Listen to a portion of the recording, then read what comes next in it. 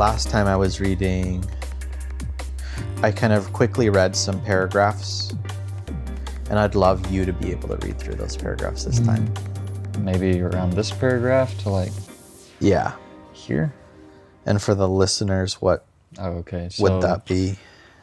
the second to last paragraph on page 22 and going through paragraph 2 on page 23.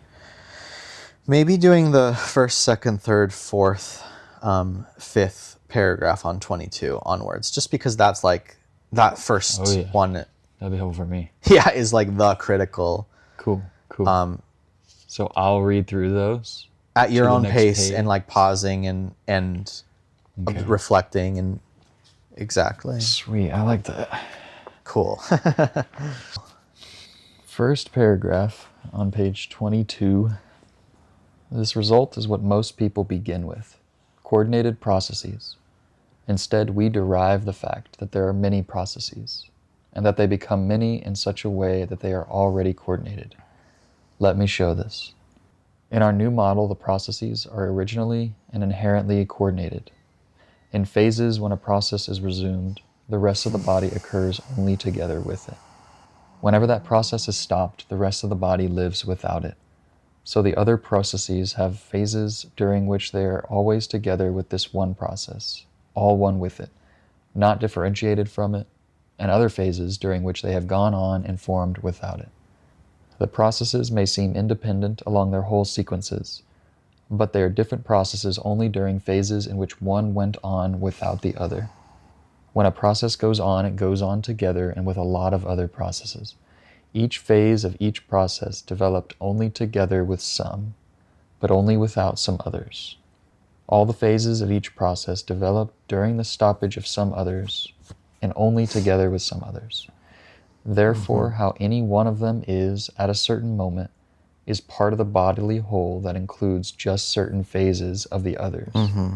We can now say, the exact way a process is in each of its phases implies how the others are. This is a fourth sense of imply. I'm going to stop you there. Yeah, that's a good place for me to stop too. And my reading of that like draws back these images we were working with last time that feel fuzzy to me at this moment. But I'm recalling like the music analogy metaphor. And something about, this like wrestling with the idea of one process versus multiple processes.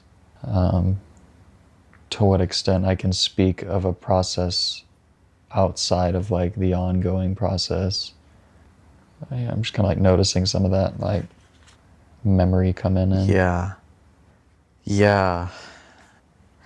It was the last line of what you said. Notice one process from another process. To what extent can you do that? Yeah, to what extent can I do that? To what extent can I speak about that? Yeah. So one thing that's coming up for me, that's like, we're getting into like the lure of like something we know about reality, and where it's like, oh, where does this fit in the model? What is your I, so to speak? You know, what is your, because you said notice a process from another process, like okay, so you're like in a like what?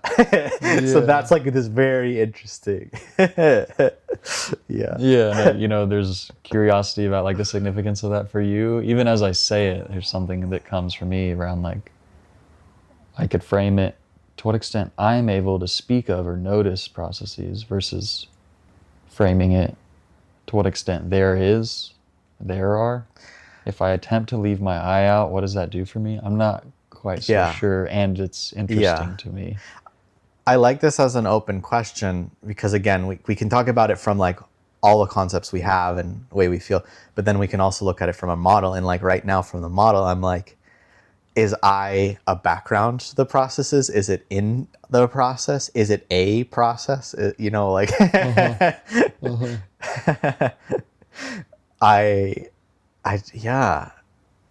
For me, I feels like it certainly has very much to do with the experience of implying. So like we have this word implying, and I'm like, whatever the experiential aspect of implying is, you know, I was listening to Matt Siegel.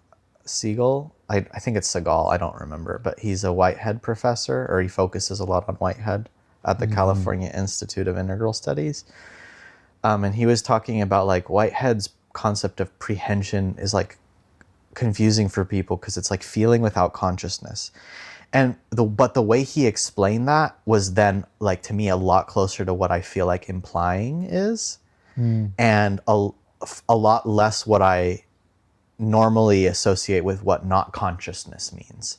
So when Matt was talking about like a feeling without consciousness in prehension, it was almost like saying it's like that knowing.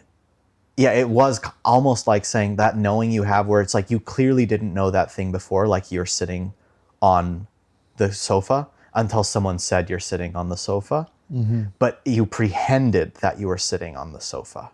And I want to say that the sitting on the sofa was implied. Nice. And so that experiential aspect of implying, I want to say it's like there's that now. That's obviously not the. Yeah, see, now I'm getting into. I shouldn't have opened this can of worms, but it's like it's like rich. Yeah. yeah, Like, it keep is really going, keep rich going. because like to me that is so essential to what myself is, but that's also so different than the agentic version of I, like the I'm Nice. choosing. But yet without that rich texture of like the background experience, it's like, but then I got in another tangle of like, well, if I'm talking about the rich texture of background experience, what else is there to anything in life? Like that's it. That's all you have, anyways. Okay, I'm pausing because you have like 50 thoughts, and I'm opening up 50 doors. The last door feels fresh and like Yeah. might have to catch up to that one. And then something coming from me of just like, what happens when I'm using the word I in my personal process, and something about my practice of focusing.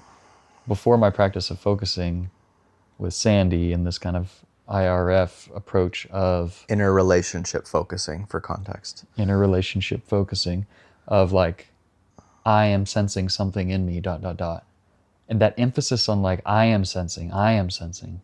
Whereas before, I think my organic, almost focusing approach to processing was like, there is. I would say there is. And it felt like a new technique, tool with different, it does something different for me to say, I am sensing something versus saying, there is this ... There is this ... And I don't think I've articulated like what that distinction does for me or for my process. It feels different than me. And sometimes I resist it. Like sometimes I'm like, I don't want to say I'm sensing. I like there is this ... And I don't know why.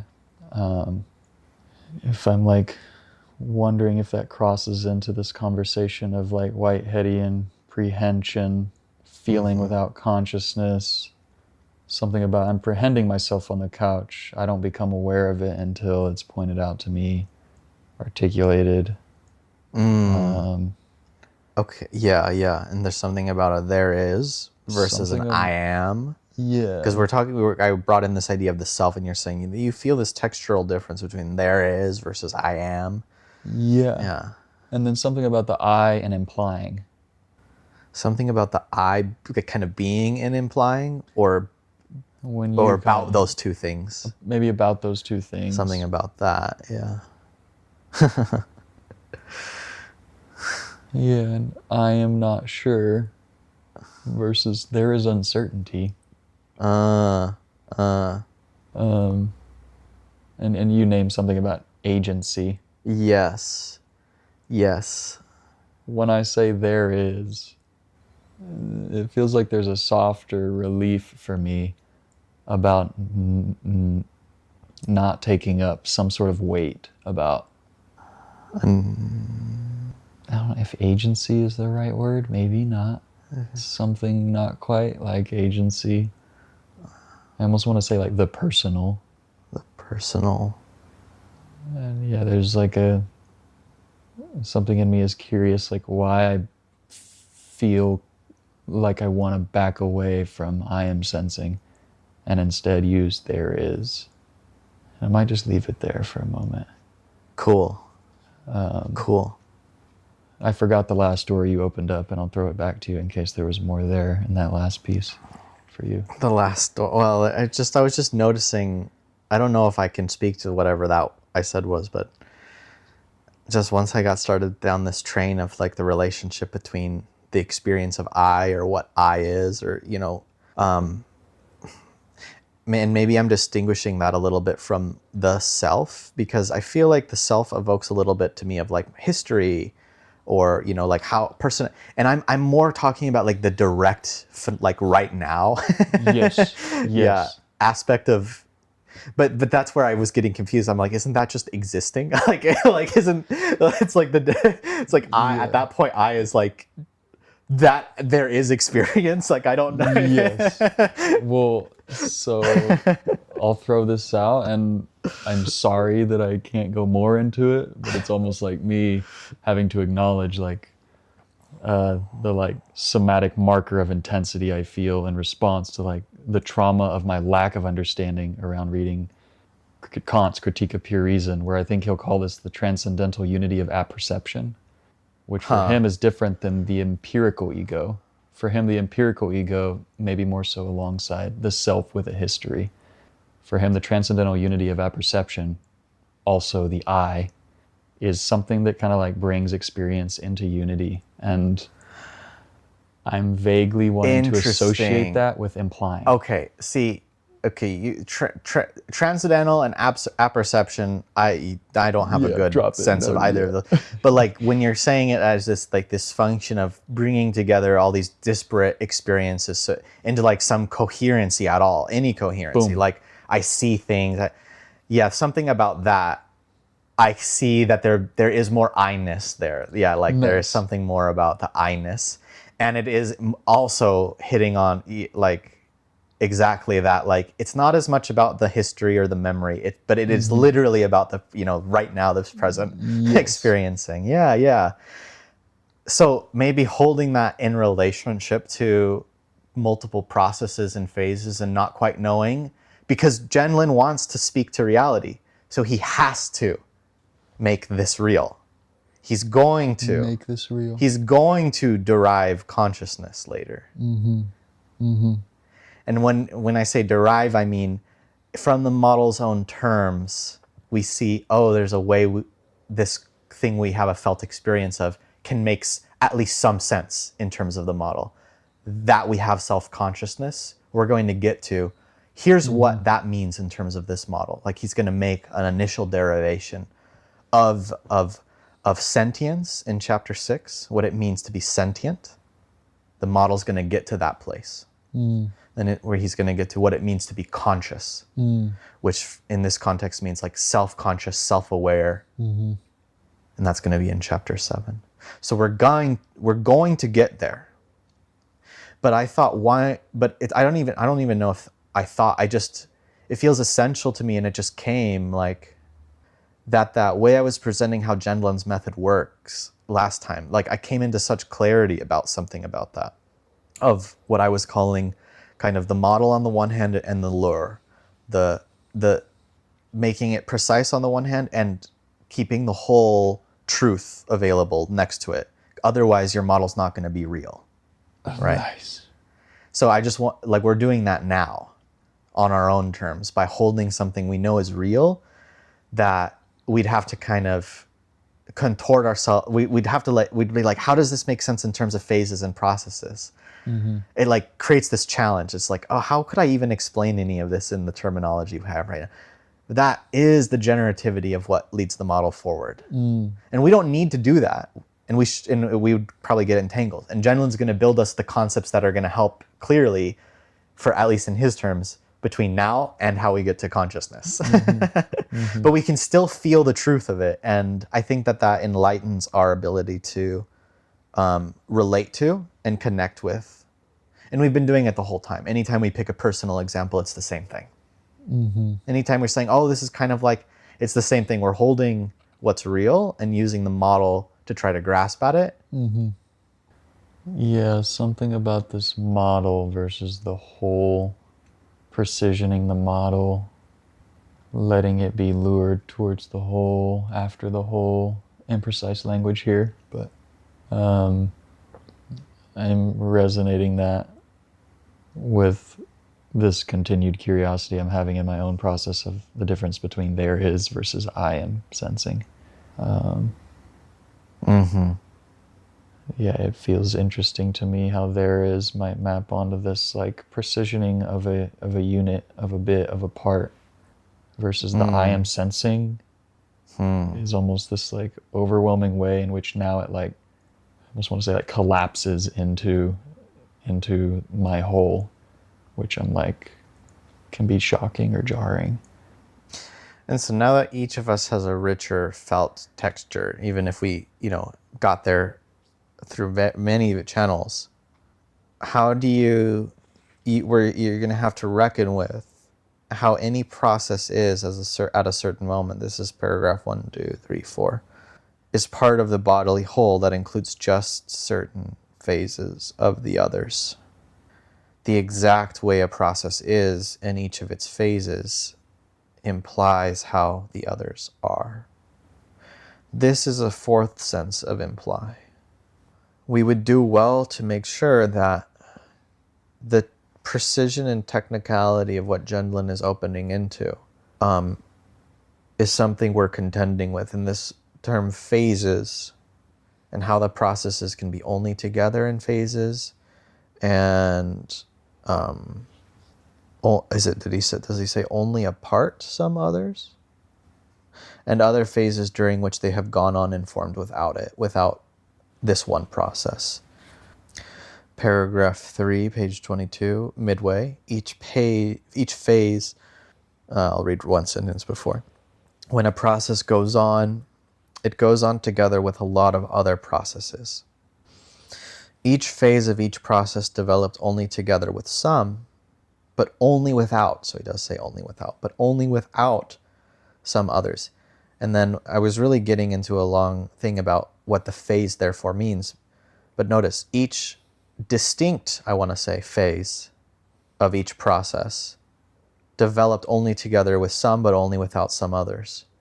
As some processes come out of stoppage, if we're looking at any one process that's ongoing right now, and another process comes out of stoppage, now this phase of this one original process that we're looking at is developing only together with this process that just came out of stoppage, and only without some others.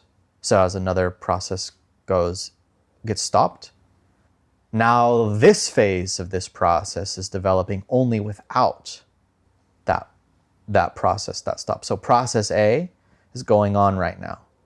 Let's call it, because we're not at consciousness yet. We could use it as an example, but our model, it'd be easier to say something like the circulatory system, because Gendlin's going to get into some of these on the next page.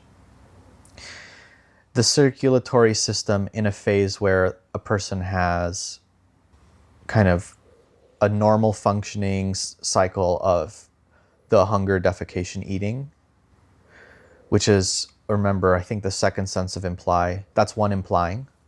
That whole cycle is implied. Each part of the cycle is implied by the others. But I might now play with saying, and Gendlin might have even used this word, but I don't know, each phase of that functional cycle of the hunger, eat, defecation, whatever cycle implies the other. But I'm now saying phase because it's almost like how we can come to know that they're distinguished from an environment 2 perspective rather than an environment 1 spectator perspective is that you can stop the hunger cycle, the defecation cycle, this whole thing at any point. When there's stoppage at defecation, because it'll be graphic here, but it's a real thing for animals, maybe the orifice is blocked by something. Maybe, again, it's a little nasty, but it's a real thing. It's like maybe the poop dried and the animal was like sitting in the sun for a long time, or whatever circumstances was weird, and the surface is a bit clogged. And I know, as graphic as that is, like it initially is difficult for the animal to defecate. Maybe an animal has a really bad problem and needs to like go to water before it can defecate. From an environment to sense, this functional cycle where, you know, defecation is on some level implies like a greater hunger. I want to say that's dodgy, because normally we don't think that like, oh, after I poop, I need to eat more. No, I'm not quite saying that. I'm just saying like, if you might not be hungry. Here we go. You might not get hungry the same way, even if you haven't eaten for a while. If you haven't pooped for a while, you might not get hungry the same way. Nice. And that is a great example of these of the types of idea of phases, and the way this whole cycle of hunger, eating, you know, if you stop it at not eating and everything else is working fine, that's a different phase than if stoppage happens at being hungry but I can't poop or something like that. I can't defecate. And how that stoppage is carried is in how all the other processes are different, only without this phase of being able to defecate, only without it. The way that all the processes are different, only without it, is part of how we even come to know that defecation comes into existence, because it's now a missing object. So to speak, this is more conceptual of the object, but earlier food, we had this simple object of, oh, this food item, that's an object. I'm hungry, I need it. But now I'm saying, it's like, no, my ability to poop, my ability to defecate, that's missing. That comes into being in that sense. It becomes to being as an object, differentiable. Yeah. I'll pause for a while, but this is me really I'm wanting to kind of see if that distinction of what he's getting at with the phases and this fourth sense of implying, you know, how that's landing in you, which is why I'm taking care to explain as best of my understanding of what this means with these some examples. Yeah, I think what's coming for me, what I'm taking, is something about the hunger defecation cycle, dysfunctional cycle, what is revealed about certain processes when others stop, what is revealed, the ability to like distinguish phases of a process when certain, I feel like components is not the right word, almost like other phases, other processes like stop. We take something of the stopped process, it becomes clearer to us, dropping the complications of I am noticing, yada yada, clearer to us. But yeah, I think for me, I'm grasping something about differentiating processes that occurring when certain ones run into stoppage. I think that's where I'm at with what you're saying. Yeah. The fundamental basis of differentiation that we currently have in our model is the fact that a process can stop. Yeah, that tracks.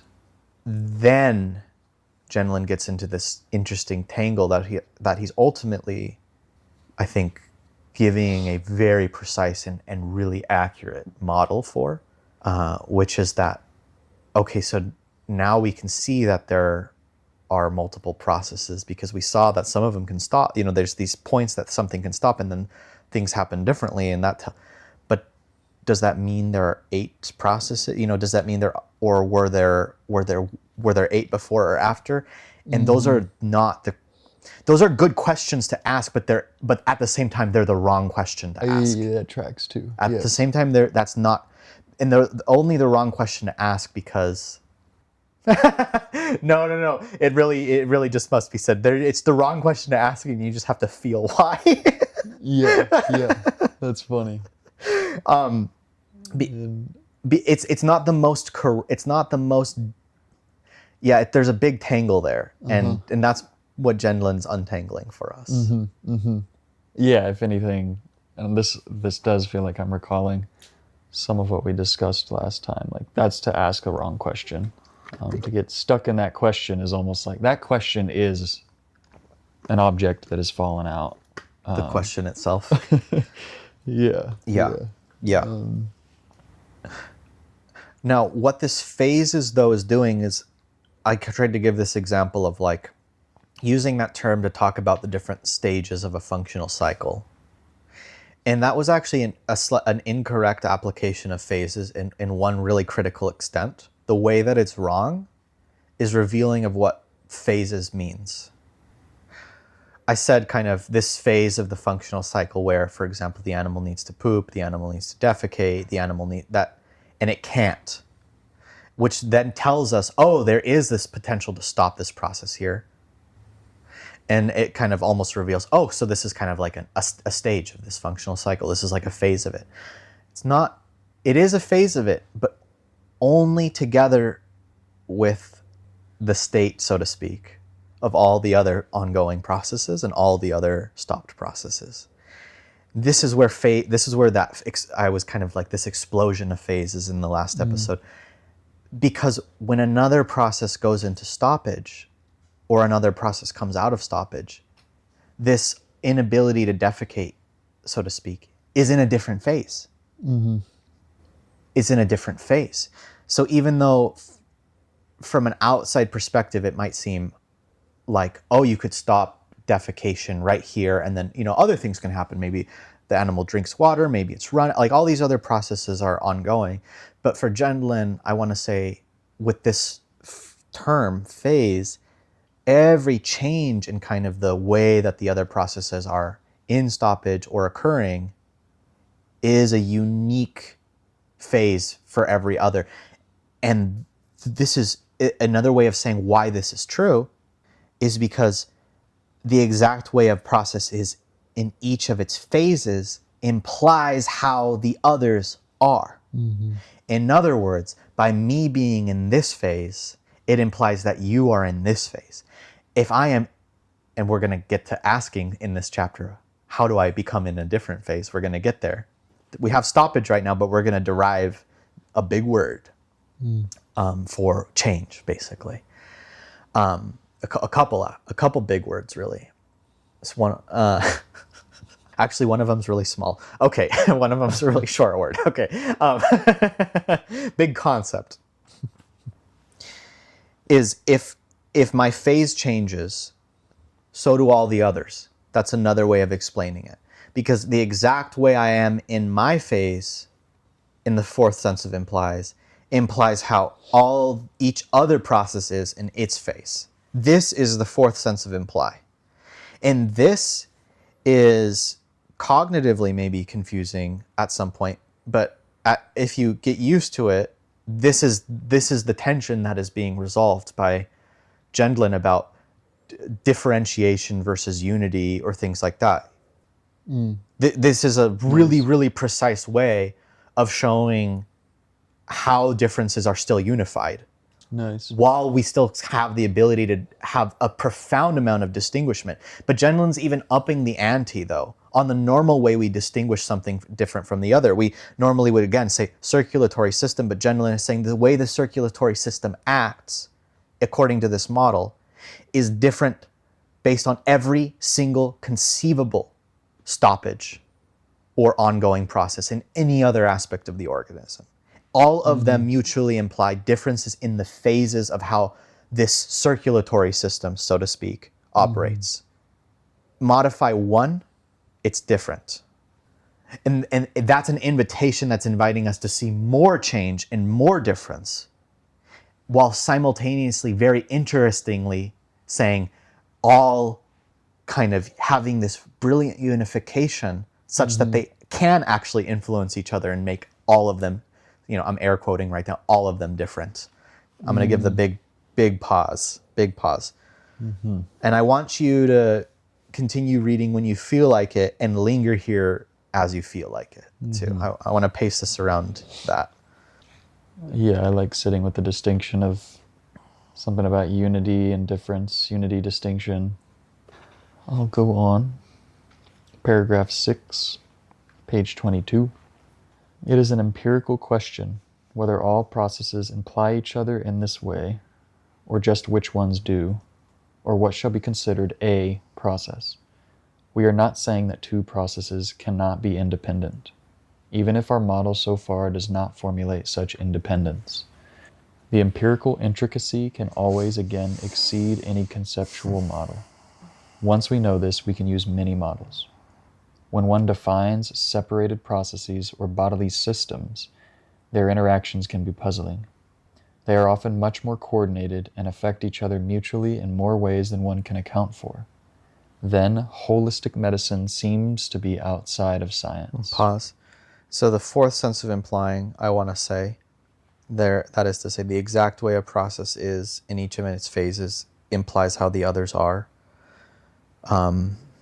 According to the model, is saying that rather than these interactions be puzzling about the ways the separate processes occur, no, actually any change whatsoever that is conceivably detectable in the organism, any way we distinguish any change whatsoever in any process whatsoever in the entire organism, will mutually imply, will imply how each of the other processes are right now in all their in and in a sense I want to say, and this is not what Gendlin is saying in words, but I think this is a correct interpretation, almost so to speak, defines the phase that each process is in, because each process occurs only together with some and only without some others. Each phase of each process occurs.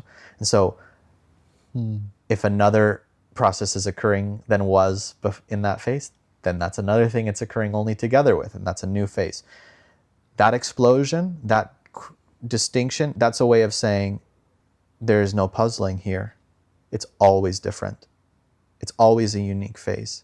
Show me one difference, I'm going to tell you every other process is in a different phase now.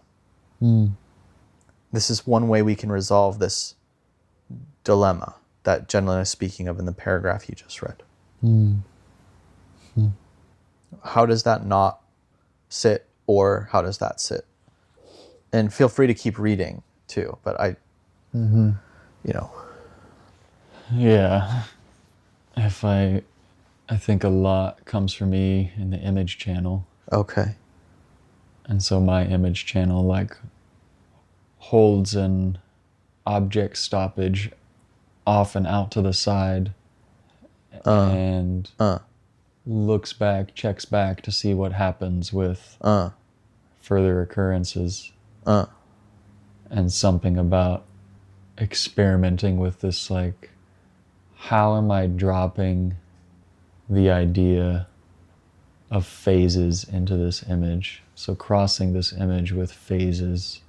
There's the image, the phrase of budding differentiation comes. Something about buds, which kind of spatializes it. I like the image of music because it feels non-spatial and sometimes opens up different ways for me to conceive of it. And that being kind of non-spatial music imagery helps me cohere with the word phrase more, phase, because phase has a time aspect of it for me. Yes. That's what comes for me. Yeah. Good. And there's not quite a flower there. Yeah. But yeah, getting to kind of watch that image form. And that feels like the image I play with across this whole page. But each time you speak, I'm running your words through that image, back and forth between a spatialized version of it versus a sound temporalized version of it. Yeah.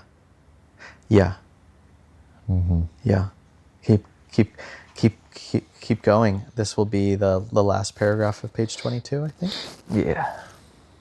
Once a process has become differentiated by not going on during some phase of another, one is tempted to trace them as if they were separate even in the phases in which they occur only together. But let us not assume separate processes when they are not separate from each other all along their way. I like that paragraph a lot. Mm-hmm. Starting on page 23, the spectator could formulate complete and distinct strings of separate processes. For example, digestive, respiratory, reproductive, etc. These are not separate all along their way, nor their sub-processes at the microscopic level. I'm appreciating this phrase of all along their way. All along their way, which to me captures something about that unity, warning of not trying to like render these metaphysically distinct processes. Yes, paragraph 2 of page 22, midway. So the other processes have phases during which they are always together with this one process, all one with it, not differentiated from it, and other phrases which they have gone on and formed without it. It's only this that the spectator that carves up and creates these distinctions. Whereas Gendlin wants us to think of a process functioning as being only together with the other processes.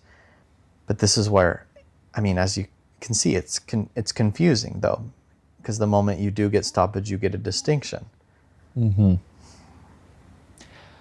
Yeah, something in me wants to say like distinctions are not absolute. Good. Are not given. ... That's also good. They're not given. Yes. Something, playing with the distinctions come and go. Distinctions emerge. Distinctions are generated, fall away. Yes. And without yet knowing the implying of that, but those words come. Beautiful. This shit's rewiring our Western brains. I'm not kidding. I swear to God that this is the other stuff is good, but I think this is the stuff where it's just like, this is the going out and pointing and naming at things and saying there's like this is getting at fundamental concepts of distinguishment. Now we're doing it with a model that's about an organism, and we're trying to understand an organism. But the way that Gendlin is trying to understand an organism, and the way that Gendlin is making his concepts, are fundamentally challenging our normal ways of thinking about how distinction operates. Fundamentally challenging it. So that even though while he's like only making claims about how organisms work, the way he's using his brain, the type of thinking he's doing, is a radical shift in normal thinking. Radical shift. So any difficulty and confusion is the sign that you are actually learning a new way of thinking, because if you grew up in normal Western ways of thinking, unless you've read a lot of philosophy, I almost want to say you probably don't have this. Even if you're a really intuitive person, you still probably don't have this, because this is Gendlin's bringing together of kind of, I want to just say in this loosey-goosey way, of precision and the implicit and the intuitive, and he's bringing both together, and that creates this fantastic collision of all these new concepts and ways of thinking. This explosion of new ways of thinking. You don't already have this, unless you probably don't already have this.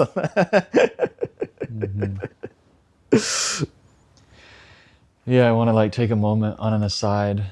So Marker, you can choose to what extent to bring any of this in, but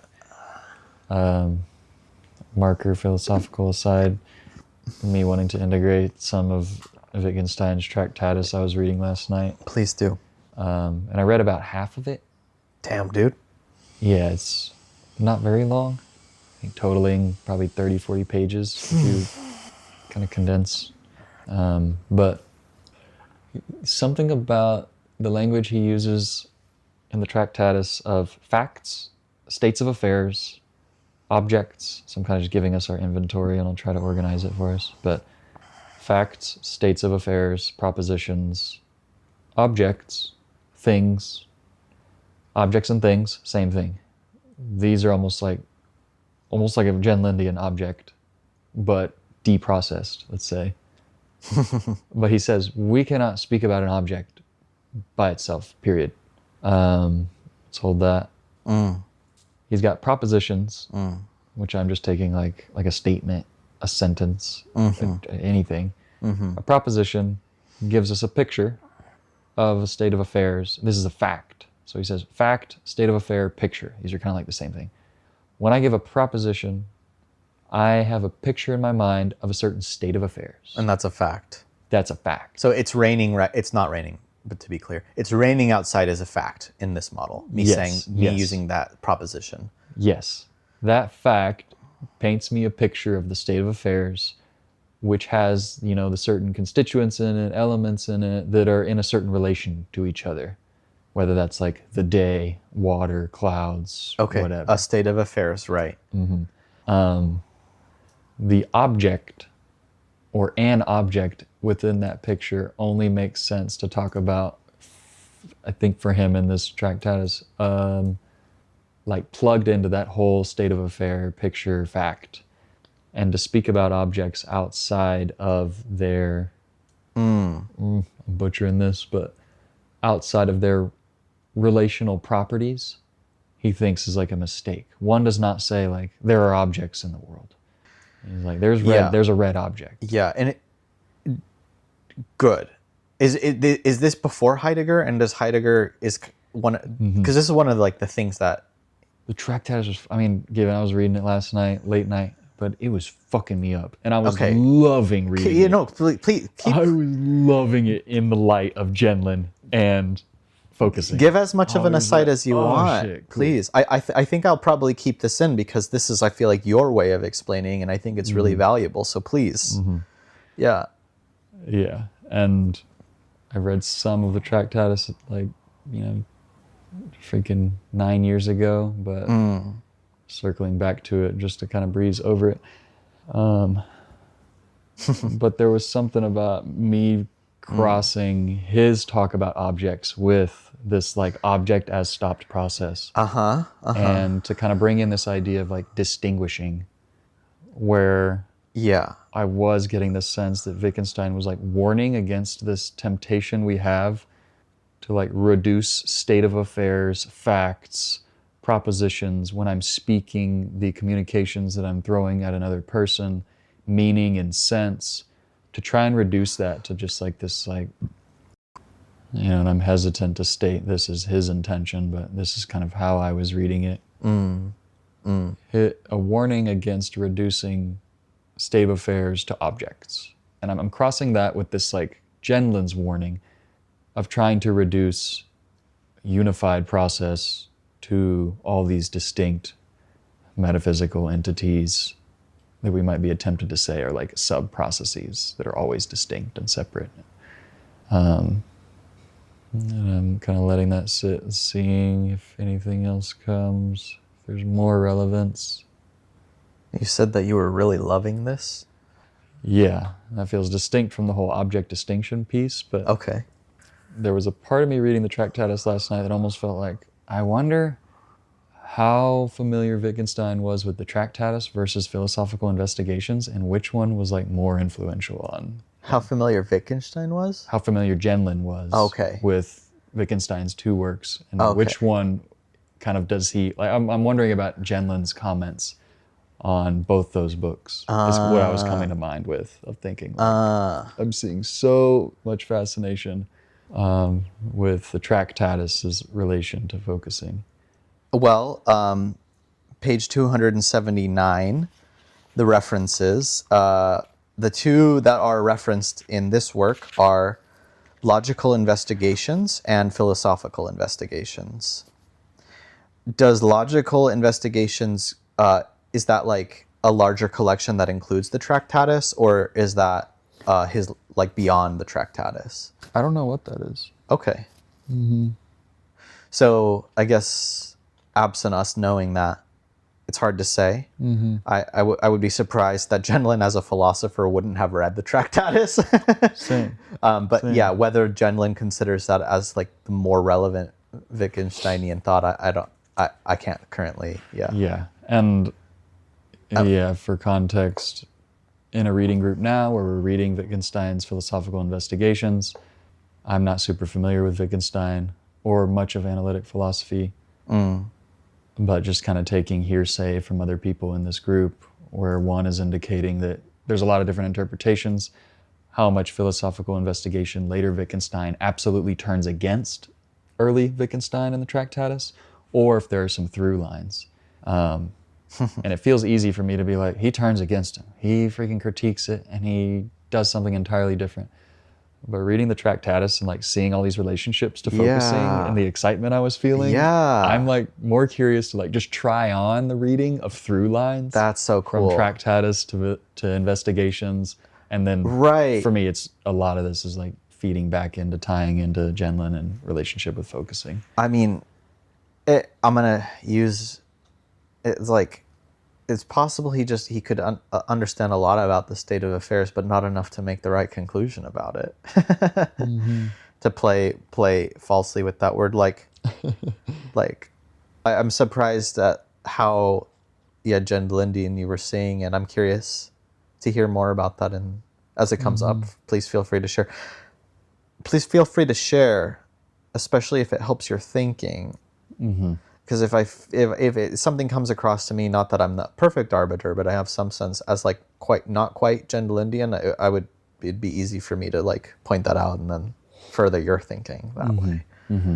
Yeah, it definitely excites me, and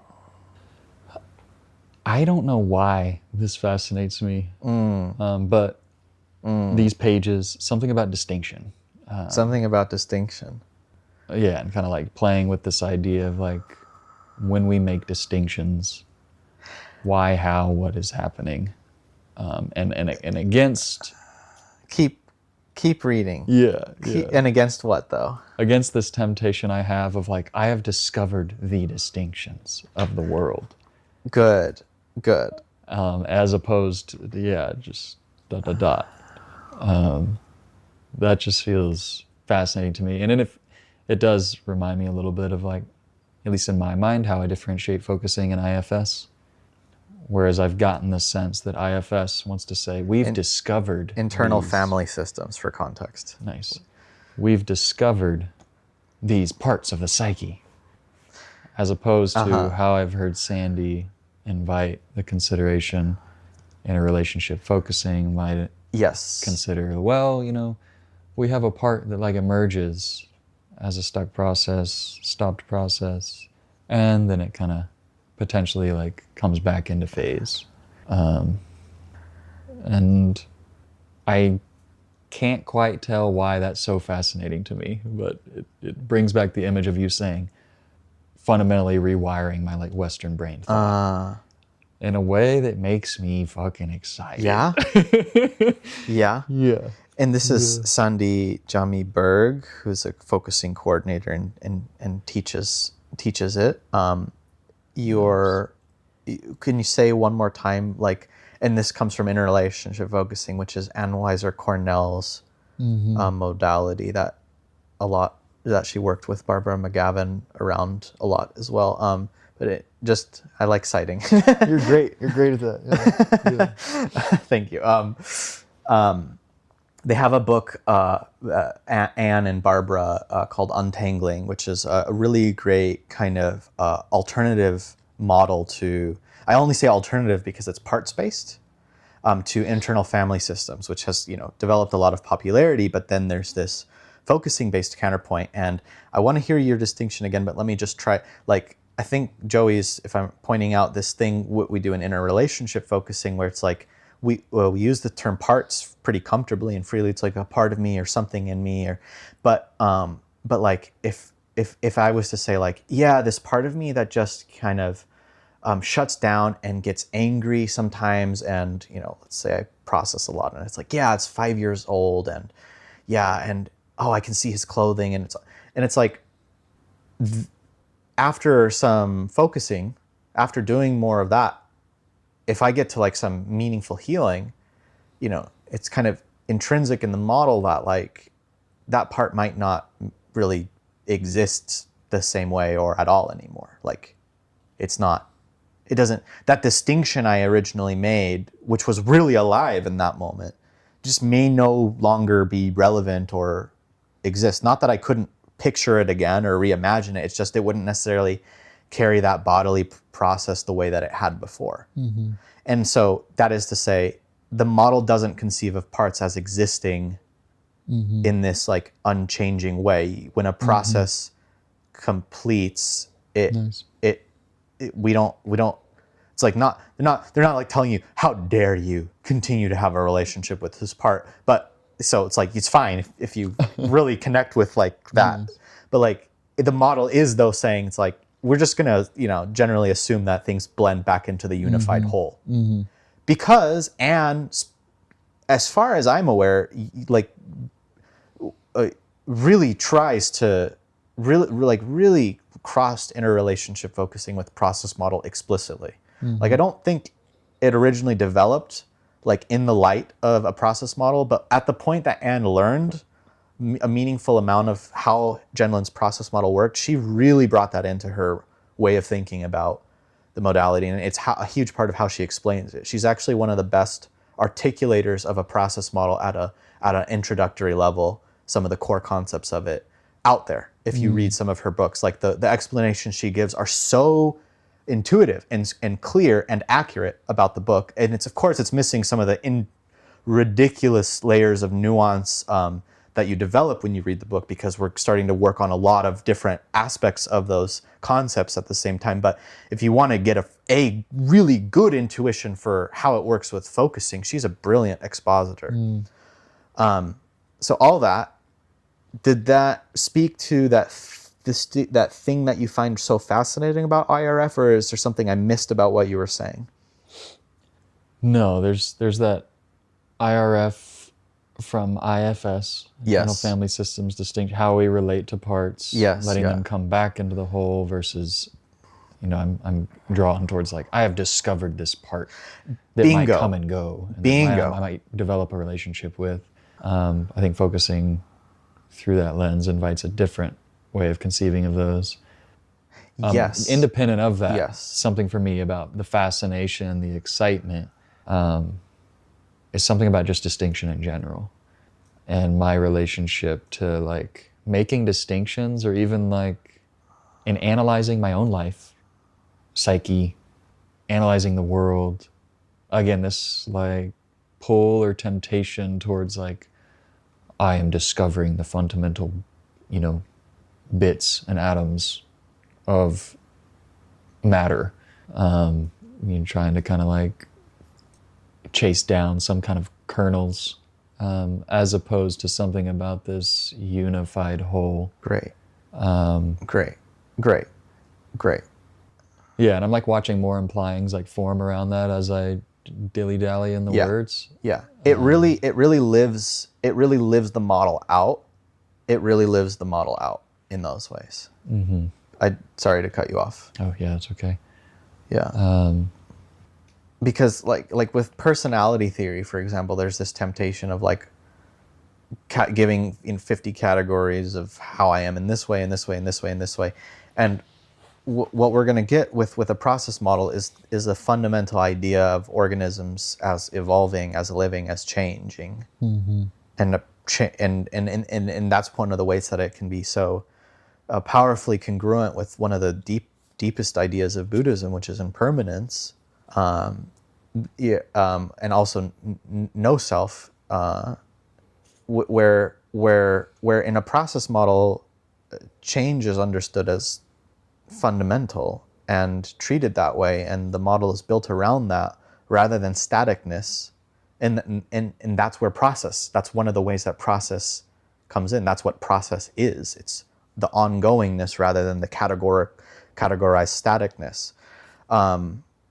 That ability for things to change is a huge rewiring, because we have a tendency of assuming fixity. And this is a really human temptation, such that an entire, frickin' religion exists, that one of the core principles is not that, basically. I want to say from that, because it takes some training. Like there's a reason why we need these principles. It's like it doesn't come for free that you just understand impermanence, for example. It doesn't just come for free. It's like, oh yeah, things change. It's like internalizing these understandings of how reality works. This is, I'm going into more Buddhism now than Gendlin, because I don't want to say he's making these claims. And it takes significant effort and rewiring. And I love the way that interrelationship focusing and all the things I was taught by Sandy and operate from this fundamental basis of, us being the change, this changing process, rather than this person who's coming to know, all these different parts throughout my history, and like that's somehow what I am. Mm-hmm. No, it is not. No matter how well you define yourself, none of that can constrain you, because what you are is alive. So even if those 80 definitions all resonate with you, you are the living being that is living out the changing. You're living out the changing of all that. So and that's one of the reasons I think it's bold and powerful and important, even though I think it just,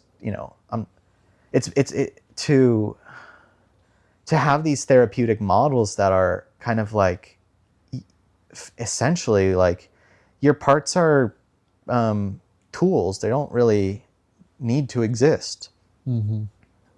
If it's important, if having like a strong part that you keep throughout your life is relevant for your process, like, no harm, no foul. This model is not saying anything about that, but IFS does kind of make this idea that your parts truly do exist and they are real beings. And I think there's something valuable about affirming the reality of these experiences.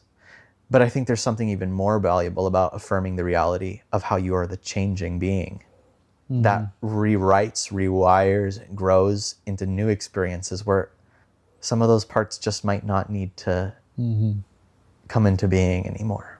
And that's the baseline and that's the normal. It's a long tangent, but it's been really relevant to my therapy. I think it's a good rewiring to keep moving in that direction. And it actually honestly defines, if there's something I hate about IFS, and I mean the word hate, it actually is that. It's that it reifies parts as this like externally, metaphysically, blah, blah, blah-y thing. And I don't like that, honestly. I really don't. And I'm obviously very focusing oriented. So, but I think the focusing stance is more healing, even more healing and more powerful.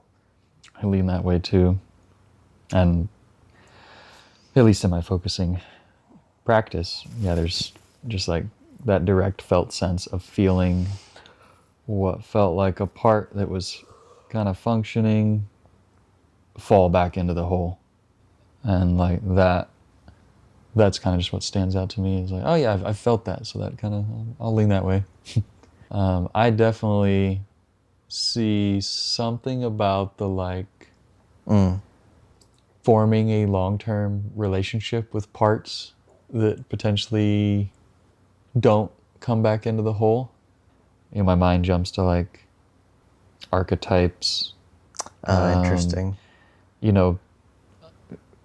Maybe I don't call it trauma, but experiences that have created stuckness that end up being like kind of positively formative. And this there's something about relating to like massively stuck processes and how to almost turn those into companions.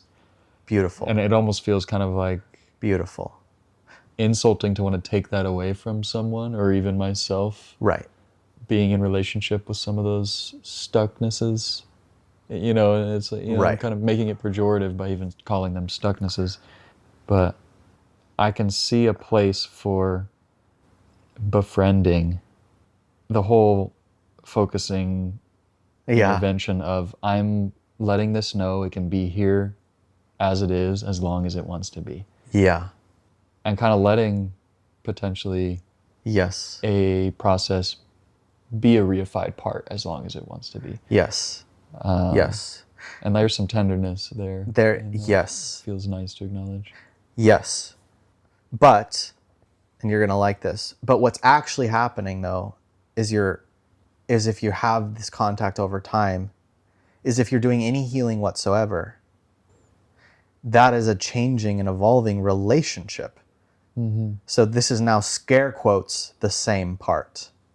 Nice. Imagery may come to you very similarly or the same, whatever, scare quotes, but it's not actually the same. Nice. And I'm not saying that as like, oh, it's not a real, that's not what I'm saying. I'm saying this is where the models of IFS have less good philosophy behind them than something like this.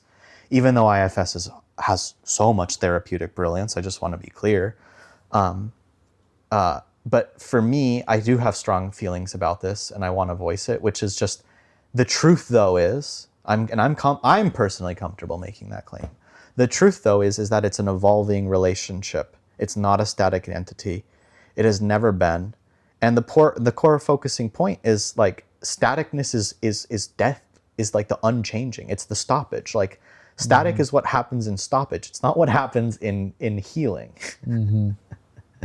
And so what you're really doing when you have this relationship with this gigantic gigantic stoppage over time is you're healing the stoppage, but in relational terms, you're getting to know more about this part. You're understanding this part better. And I would say the same thing about the archetype. It's not the same archetype. If you're coming to understand, if this archetype is having any meaningful influence on your self-understanding or life, you're learning. You would say, like, I've been learning. You might say, I've been learning more about what this archetype is. That learning is a change in what the archetype is. It initially was this smaller concept that takes on more nuance and gradations and relevance and meaning in your life as you come to know it more. That knowing is itself a change in what it is.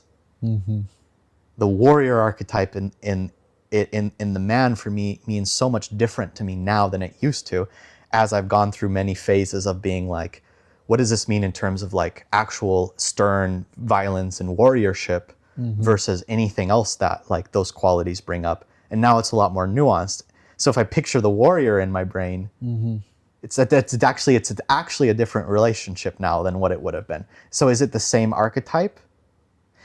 I'm not going to say it isn't in like in maybe Jungian archetypal terms, but in how it ingests in me and how I relate to it, no, absolutely not. It's an evolved version of it. We're going to get a good word for that I play around with not using. Once we have it, I'm going to use it every 5 words. But it's a lie. That's why I'm pointing this out. It's a cognitive error to it's a veil. There we go. It's a veil to see something as unchanging. It is a veil of familiarity that was never there, and that's the truth of impermanence, to go to the religious conclusion. But it was never there. I'm like playing around with crossing this back to the whole there is versus I am sensing ... And I think there's something about my there is that like wants to stay out of relationship with it, that wants it to that like is shy to invite it into change with me. The there is like, I'm gonna respect you enough to like not even to some extent. I think that's disingenuine. I can't not be in relationship with it as I articulate and orient towards it with attention. But something about the like, let it be further away. Whereas the I am sensing something in me, to like claim I'm sensing it, feels like drawing it closer. Yes. I'm sensing something in me. Yes. That's to like pull it even closer into the ways in which my being in relationship to it changes me and involves its changing too.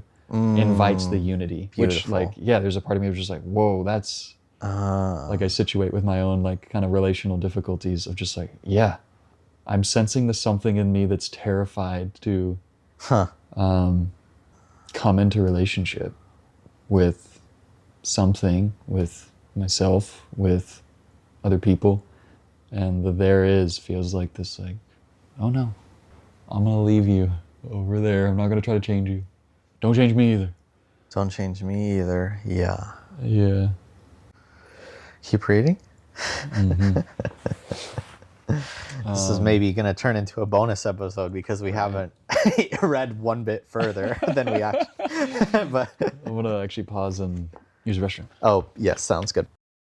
All right, Joey and I were just having a conversation. We were like, okay, we should probably start recording. But go on. Yeah, you're saying he's capable of holding both intuition and precision. Yes, yeah. And I guess I'll just be more explicit and giving myself permission to cross more with Wittgenstein as I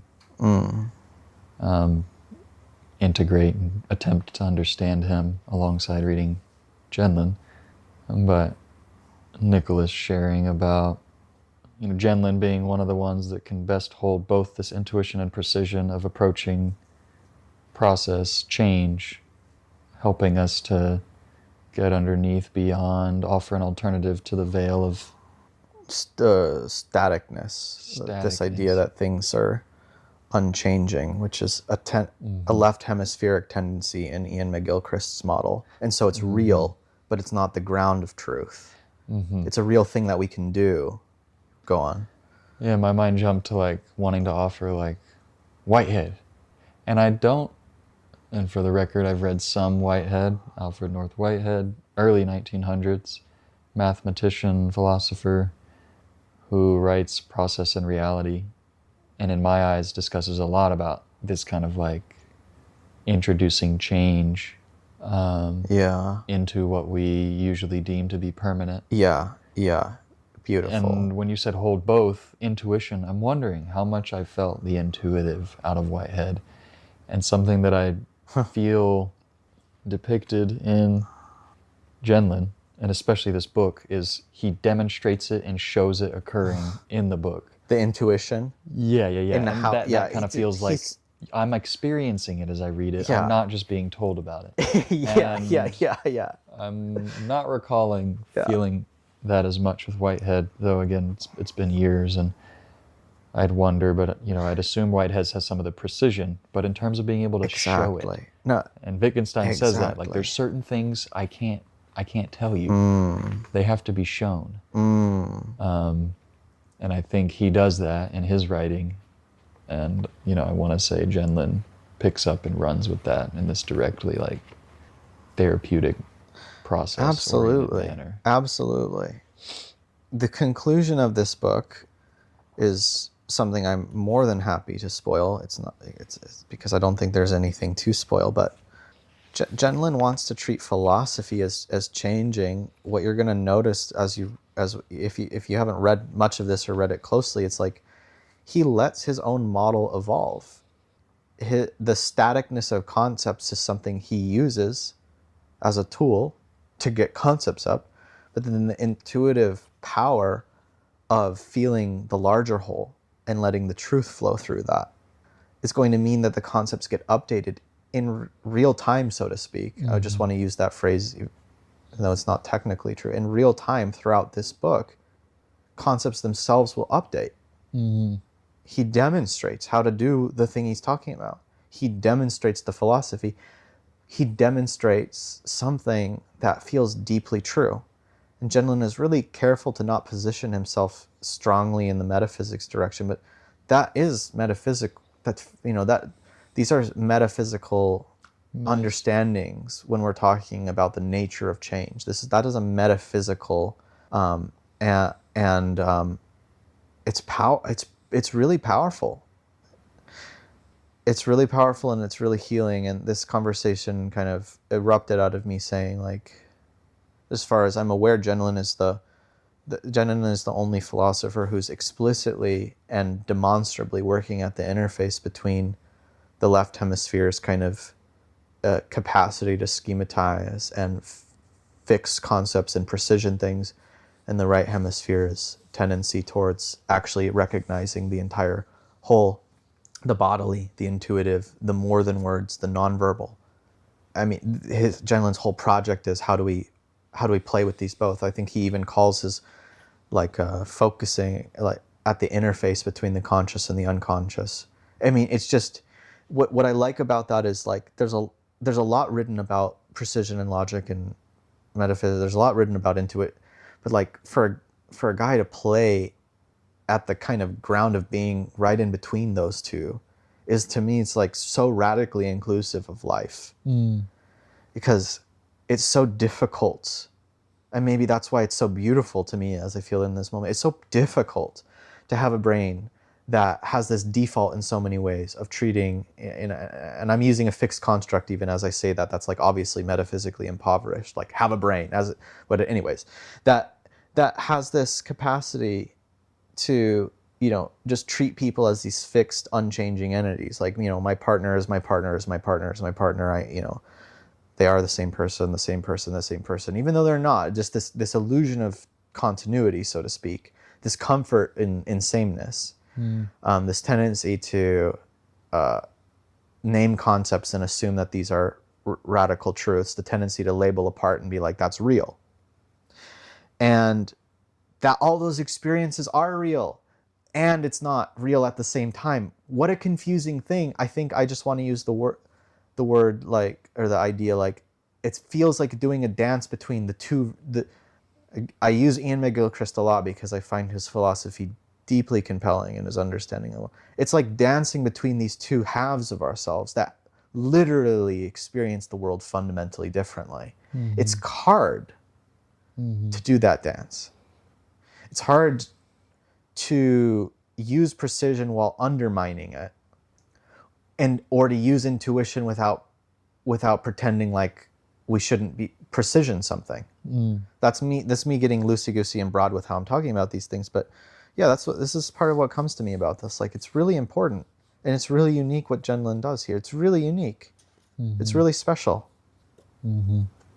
But I feel like we should read the book. Let's read the book. And let's see if we can get to the subsection B and actually get further. But this was really rich grounding, and and that's I'm gonna undercut what I just said. I'm sorry.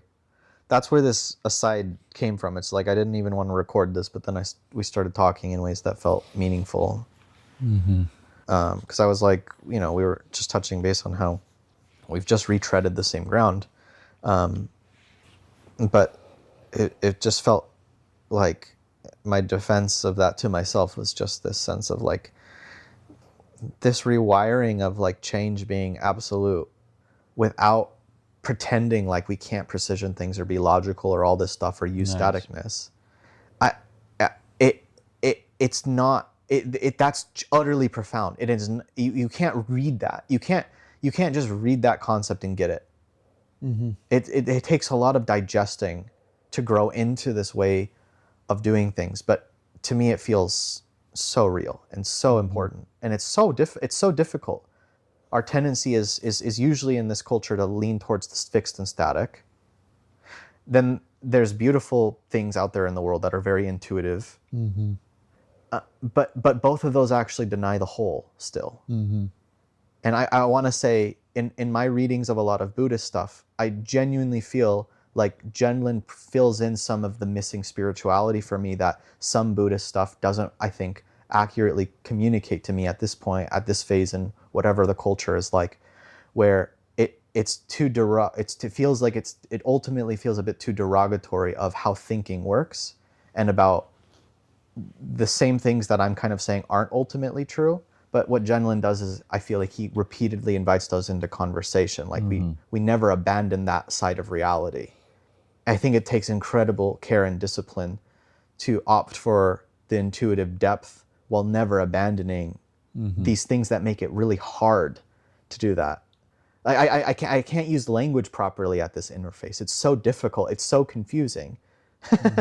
So yes, maybe we spend an hour and a half retreading the same ground. If anyone can walk away with their own felt sense of maybe the importance of what I feel like I'm seeing here, that's great.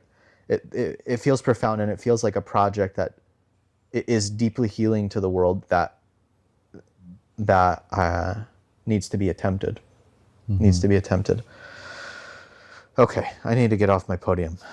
Thank you for astutely listening, Joey. Yeah, I'm sitting with what I would associate like the spiritual right brain temptation of like trying to Yes. Like, yes. find fixity in staying in unity.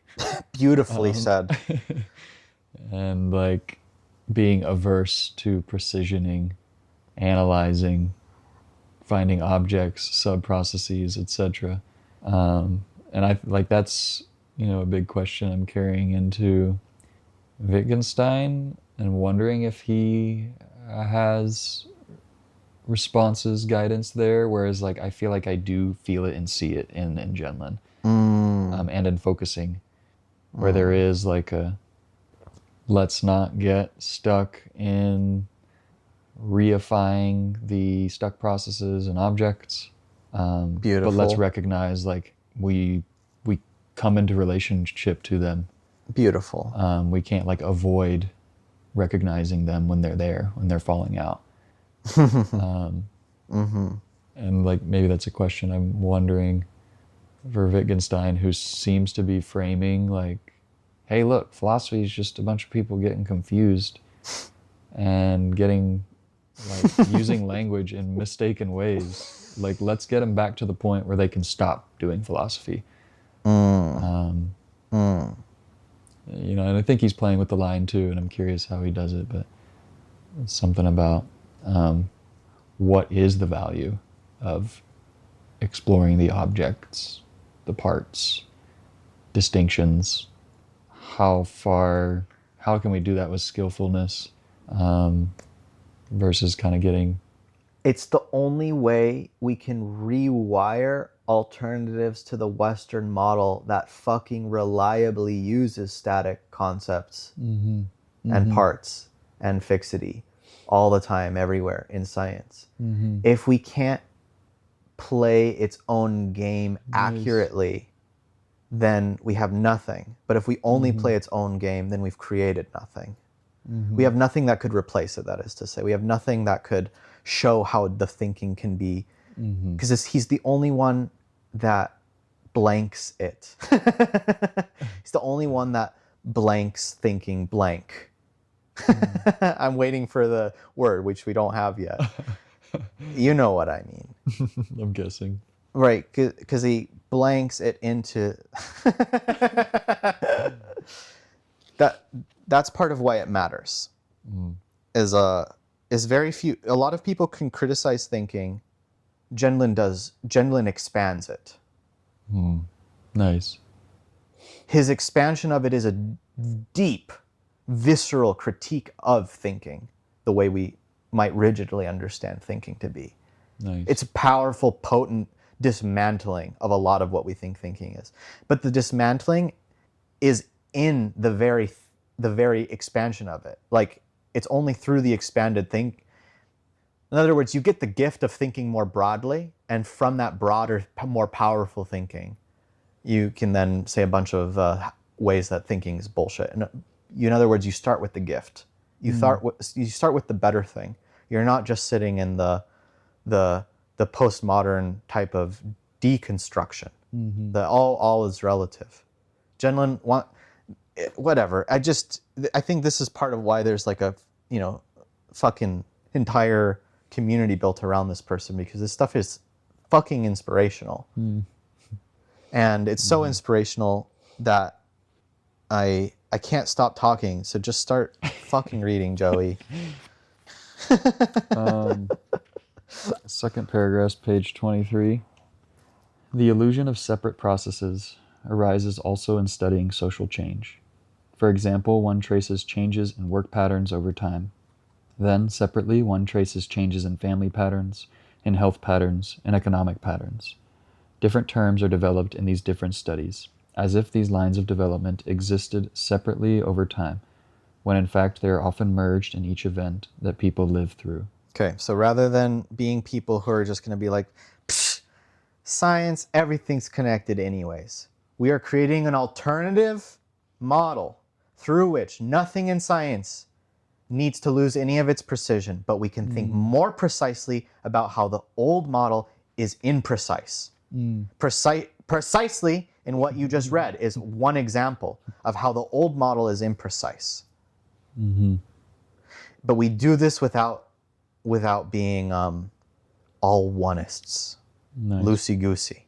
We do this seriously. Okay. Paragraph 3.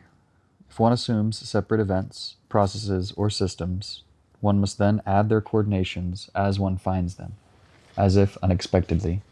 Currently, science is only slowly finding more and more kinds of them. Okay. So that paragraph 4, page 23, as simple as this model is, so far, it gives us another way to think of coordinated processes. Paragraph 5, many processes and their resumptions happen only during certain phases when others are ongoing, or only during stopped phases of others. They will seem separate but coordinated, but they are not separate during phases when they occur only together. Those stretches need to be considered a unity that has never been divided. Have you gotten the memo yet? This is the point. This is a huge part of the underline when we've been grappling with the model this episode and the last. This paragraph is a distillation of the thing that we need to develop an intuition and an understanding and a feeling for. And if there's aspects of this that are confusing or that don't feel obvious or that don't feel intuitive, that's great because that's the learning. But this is this rewiring. Joey, I'm going to challenge you for a moment. Can you dissect the different layers of things that he's saying in this? Like, I can give you words and blah, blah, blahs and this and that. I want you to tell me what he means by it and why it's important. And if you will. And the only reason I'm framing things that way is because it's reading something so short and it feels straightforward almost aspects of it at this point. It might betray just the level of communication that's actually happening in this, like how radical of a departure this actually is. Would you mind working through this bit by bit? Just Paragraph. Huh? Just paragraph. Yeah, this paragraph 5. Like, yeah, just take your shot at it, please. Thank you.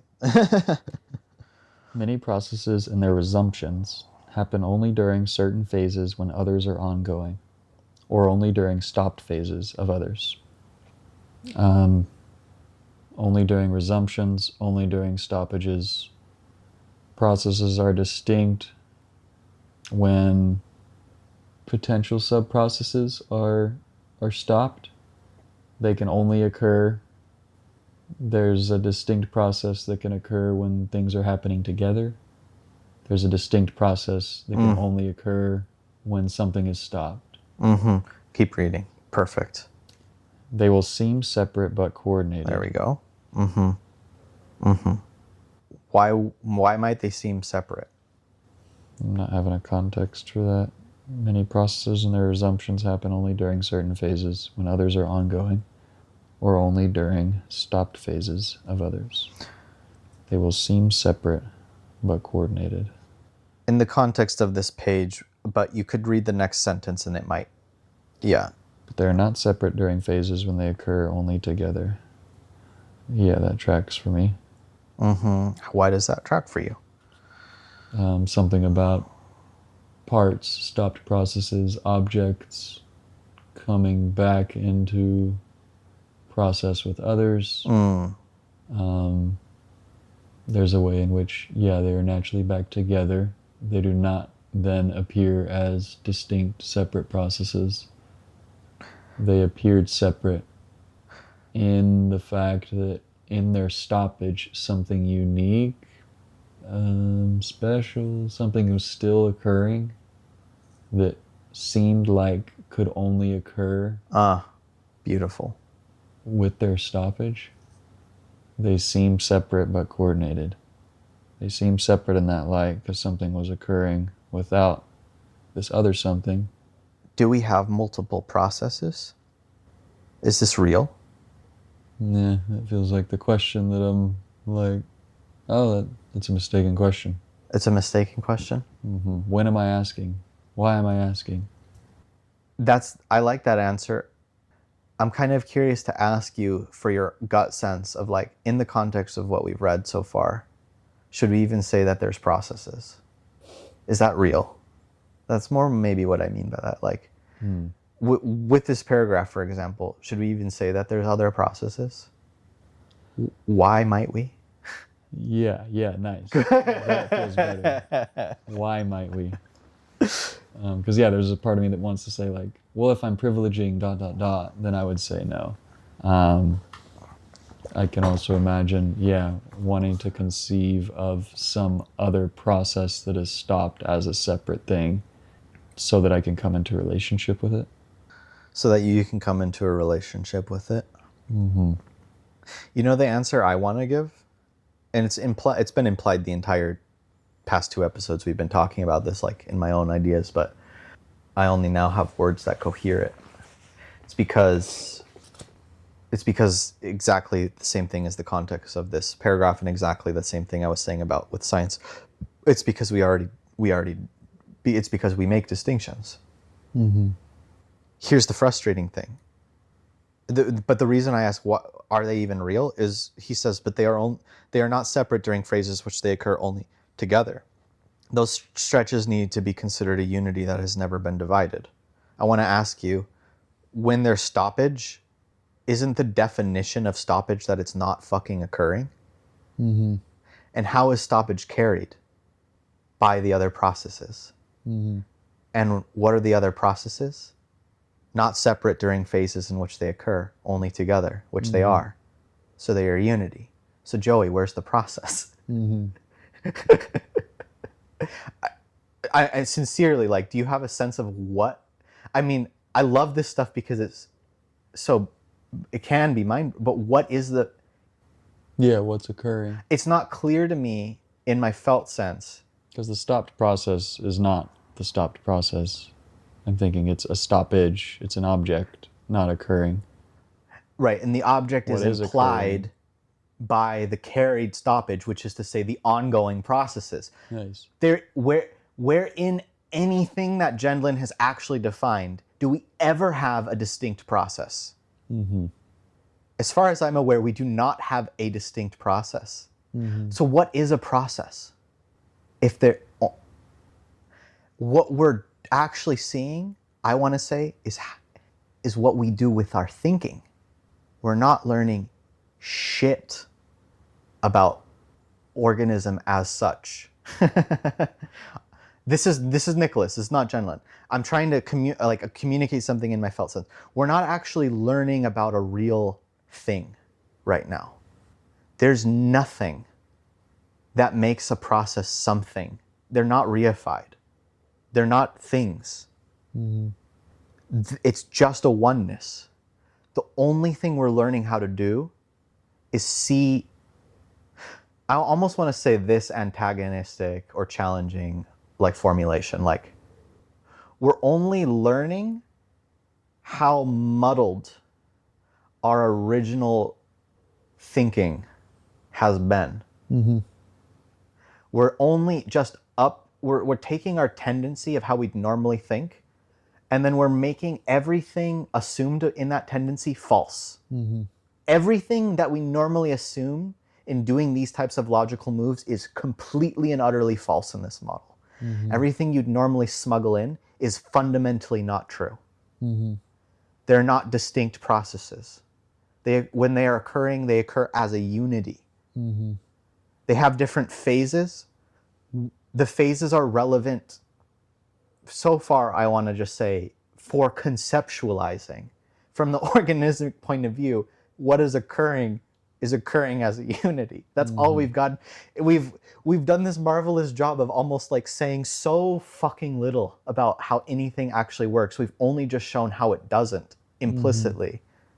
It's funny. I don't know if any of that is something that you feel is true. I'm just saying it.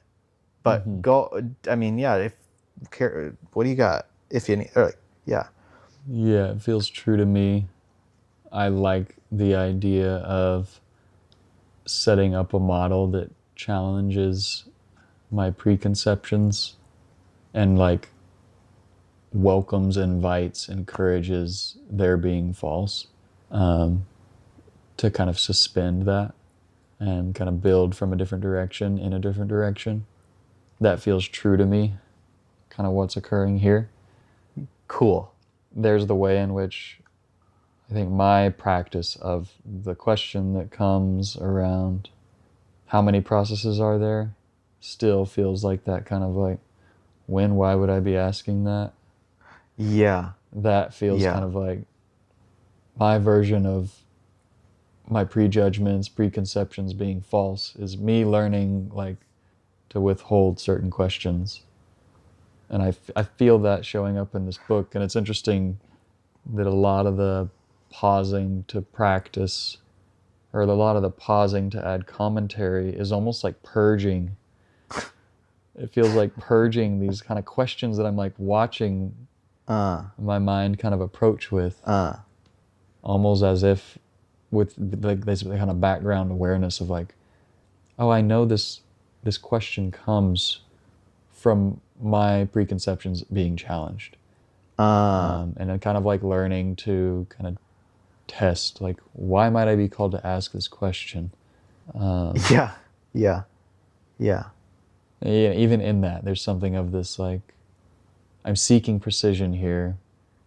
I'm like negotiating my relationship to stoppage, to process, to what's occurring in me. Something about asking questions and that as like a practice or a reaching for distinction, a encountering stoppage. Bring us further. Next paragraph. Yeah. 1, 2, 3, 4, 5. Paragraph 5. No. It's paragraph 6, page 23. Okay, paragraph 6. They are separate in the phases when one occurs without the other, but even so, not simply separate. Hold on a sec. Yeah, let's wait. Phrases. Good. Not simply separate. Okay, how? How is it not simply separate? Go on. Rather, the stoppage of one happens only together with certain occurrences in the other. Right. Stoppage of one happens only together with certain occurrences in the other. As we saw above, when one process continues on by itself, it becomes different, just because the other is not happening. That is why, although they seem separate, their phases are coordinated. So again, it's almost like Gendlin's process model is like taking other process models and is showing that your core abstraction is wrong. like this entire thing is like, gosh, I just can't shake the fact that we've used so many words and we'll use so many more to draw up these distinctions and basically say those aren't real, but we're showing precisely the ways in which they're not correct, very precisely. In this case, he's going through like almost like a proof of the incorrectness. So they're not separate in the phases when one occurs without the other. Or sorry, they are separate in the phases when one occurs without the other. Not simply. Okay, what's this not simple separation? The stoppage of one happens only together with certain occurrences in the other. That's the carried stoppage. When one process continues on by itself, it becomes different just because the other is not happening. That is why, although they seem separate, their phases are coordinated. What has he actually done, though? I want to say on some level, and I'm stepping too far. I don't genuinely mean this. I think there is something about distinction, obviously. But this entire thing is basically he's giving gentler language, but what he's really doing is he's literally just saying they're never separate. They're not separate processes. They can only be coordinated. What do you mean a non-coordinated process? Oh, I'm not a metaphysician, actually. Empirically, you could show me that things are really separate, but this model doesn't assume it. I mean, he has enough cognitive humility to like be like, I'm not okay. Please, prove me wrong. But there's a reason he makes his model this way. He is saying, I want to say, Nicholas X Gendlin, Gendlin X Nicholas is saying, at least right now, from the point of view of a single organism, there is absolutely no such thing whatsoever as a separate process. If you find one, amazing. that would be more fascinating to the world by a profound degree than this weird thing that happens where we realize that things are connected. I feel like what Gendlin is actually saying is like, no, the shocking thing would be if you can show that they aren't. The surprising thing would be that two processes are independent. I see no such reason why they would ever be that. I'm not going to say it that strongly, but Gendlin X Nicholas will. That's why, although they seem separate, their phases are coordinated. Their phases are coordinated because you're making up the processes, dude, gal, non-gendered person. You're making it up. We are making it up. It's real that we make it up. We don't want to darkly announce that we have this making up power. Go on, Joey. Nice. The becoming different is occurring. The becoming different is occurring. As we saw above, when one process continues on by itself, it becomes different just Beautiful. because the other is not Beautiful. happening. There's Beautiful. something different in the process, Beautiful. in the occurring. And that leads me to point at some sense of stoppage as if it were a distinct process. Continue, if you'd like to.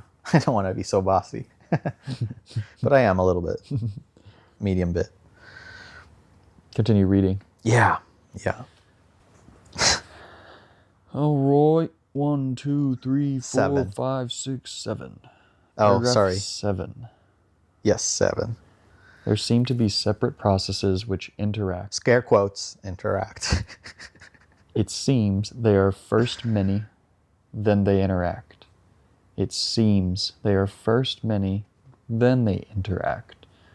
Paragraph 8, instead, let us use the type of concept I call interaction first. In bold quotes, interaction first. The interaction process may exist long before they become differentiated. Quote, their, end quote, interaffecting precedes their being many, and continues when they have become many.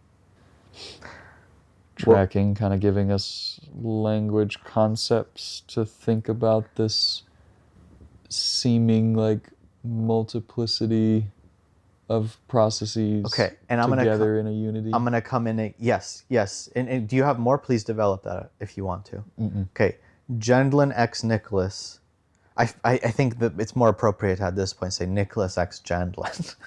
Okay, I'm going to take primary agency here, but I want to think that I'm speaking for Gendlin. I'm just being the sassier version than that he's not being in these pages. So interaction first. Their interaffecting precedes their being many and continues when they have become many. It is our understanding of many that is flawed.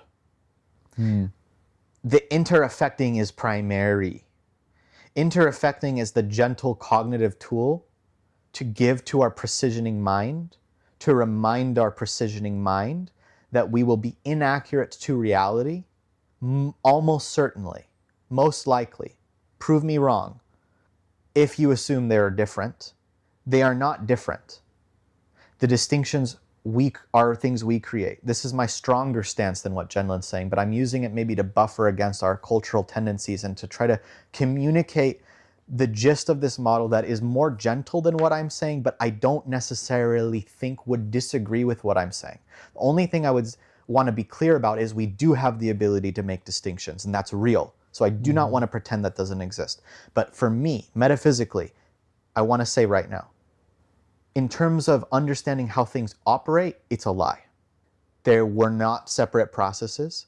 Other models that start with separate processes and find out how they are coordinated are playing into this history of poor thinking. This is not correct.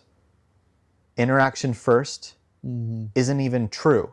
Interaction first is relatively true for the mind that's already making the distinctions. Nice. It's just padding for your brain. I feel that. To not make those mistakes. So further than saying things are interaction first, which is what Gendlin's actually saying, what I think it's really meaning deeper down is unity first, only together first, distinctions later. Go. Third paragraph from the bottom. Above, we define the body as the process that continues. Now we can define the body from the viewpoint of any one of these coordinated processes. Now we have point of view. There's our I. Not really, but metaphorically. Go. For any one process, the body is the other ongoing processes, and also this one in those phases in which it is ongoing. Well, now what? Tell me what the fuck that means. Yeah, I need to reread that. Define the body from the viewpoint of any of these coordinated processes. Process that continues. For any one process, the body is the other ongoing processes, and also this one in those phases in which it is ongoing. Yeah, my system doesn't grasp at anything fresh in this definition. Okay. And that I made a note on that second, just because the phrasing can be hard. And also the second half, I believe means, and also this process too, in those phases in which it's ongoing. So for any one process, the body is the other ongoing processes, and also this process in those phases of this process in which this process is ongoing. That's how I read it. If you feel at any point that that is an incorrect reading, I'd love to hear.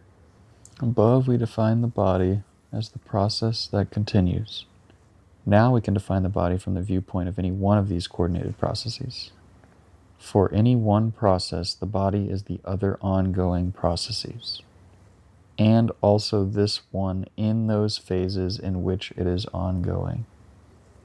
Other ongoing. You can maybe take the next paragraph. It might give a little bit of, yeah. One usually says that a process happens in the body, but this "in" is only an observer's space location. Without as yet having a space, in the body can be defined for any one process. A process goes on in the body insofar as it goes on in the coordinated interaffecting with the others. The body is always the other ongoing processes, and also this one when this one is ongoing. In the body, in the coordinated interaffecting with the others. The body is always the other ongoing processes, and also this one when this one is ongoing. I like that. As resonating with certain experiences of embodiment, whether in focusing practice, meditation, kind of deep spaces, states, something about this in the body. In the body. Yeah, there we're getting the complication of the different environments, which is like, if this wasn't hard enough for you to wrap your brain around, just remember, space is not what you even think it is either. Like, good Lord. So these processes, again, the breathing process is like interaffecting with trees.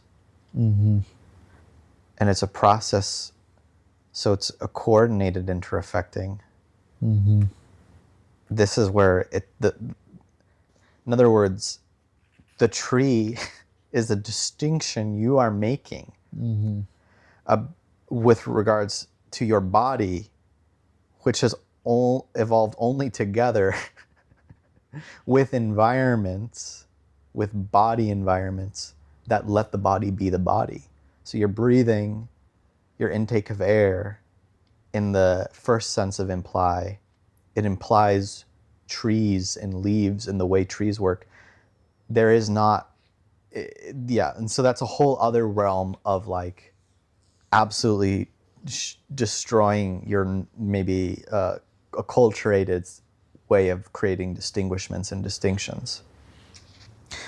For any one process, what does that mean from the viewpoint of any one of these coordinated processes? Well, we know that a process implies the rest of the body now, because a process in each of its phases implies how the others are. This is the fourth sense of imply.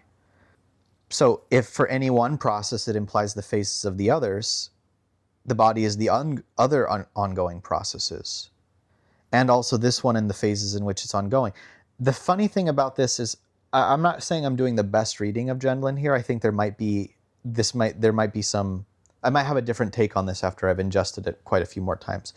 But this for me, my simpler take is, who's the viewpoint? I'm just going to generally interpret this is us making these distinctions to begin with. It's us thinking, well, from the point of view of a process, what does a process know? In other words, in the stoppage of a process, we see something stopped. For our own thinking, we're going to say that thing that stopped is not part of the body. Everything that is ongoing, though, is part of the body.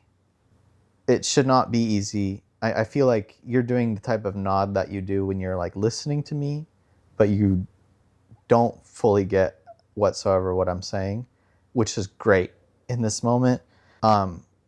Yeah. Anyways, welcome to the dissolution of self. This is how things are going to be for a while now. Please keep reading, Joey, and we'll hopefully get to the subsection and then call it a headache, in a good way. In a good way. All right, I'll read that sentence at the top of 24 to end the paragraph. Yes. The body is always the other ongoing processes, and also this one when this one is ongoing. Any one process goes on in the others. Let this intricate relation stand as it is, so that it can help generate our further steps with all the logical force it is capable of having. We need not artificially make the concept sharper and more separate from the development in the midst of which we are here. On the other hand, we won't let its subtlety fall back into a merely vague wholeness. Let us keep and name just this pattern which has emerged so far. How shall we name it? Let's pause here. I want to assert that the merely vague wholeness is, in truth, what is being shown to be the actual ground over and over again. It's funny that Gendlin uses phrasing that I want to say is slightly derogatory of it, or at least derogatory of the tendency for people to be so vague about wholeness. But I don't see in anything Gendlin's doing, him doing anything to undermine that fundamental truth. The only thing he's doing is inserting concepts into it. But all he's doing with the concept is tearing them apart until they are valid in terms of the fundamental wholeness. What this does, and I think did for me the first time I read it especially, is it makes me really confused about what he's saying at all. And I want to say, in my probably still having a lot to learn, but more matured stance, my Nicholas X. Gendlin statement of what he's saying is, oh, well, he's actually still not saying that much. He's just taking, again, normal ways we have to think and grinding those through the blender of wholeness until they come out precise, clean little concepts that work properly and say almost nothing, but you understand now how they don't almost say nothing and can't. Nice. They can't work any other way. Last night, I think one of the lines Wittgenstein says at the beginning of the Tractatus is, I'm claiming to show you the solutions to all of these philosophical problems, and I'm going to show you how, useless these solutions are. And something about, I'm going to clarify all these things that we talk about and think, and I'm going to show you that once clear, they barely say anything. That's a great riff in relation to what I just said. Yes, I love that, Joey. Mm-hmm. This feels an important technical paragraph to me, and then the sentence before is also really important, and the sentence before is also really important. I'm just going to run through. Joey?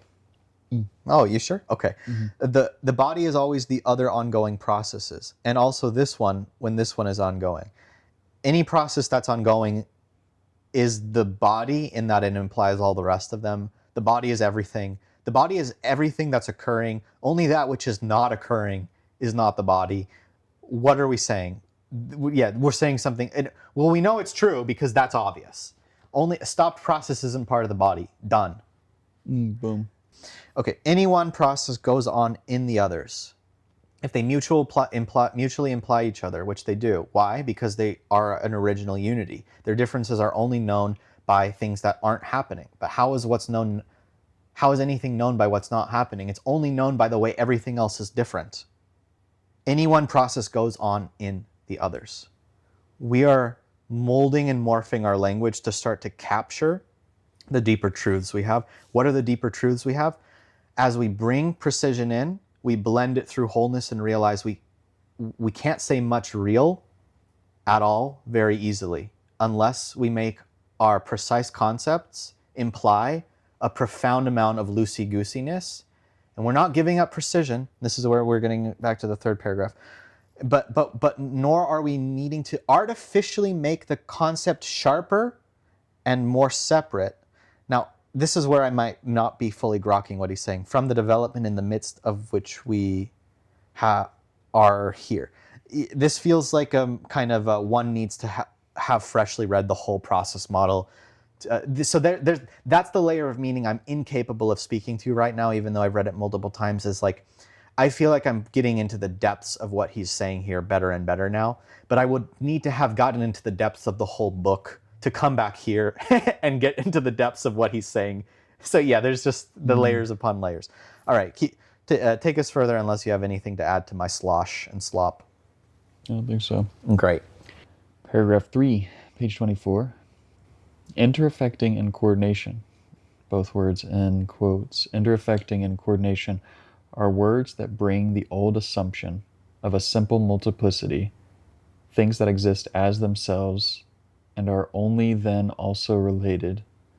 Already watching my mind circle back to you saying this interaction first as a kind of like mental cushioning for old models. So we need a phrase that does not make sense in that old way. Let us call the pattern we have been formulating original interaffecting. This makes sense only if one grasps that they interaffect each other before they are a they. Paragraph 4. Yes. We can also say that the processes are coordinately differentiated.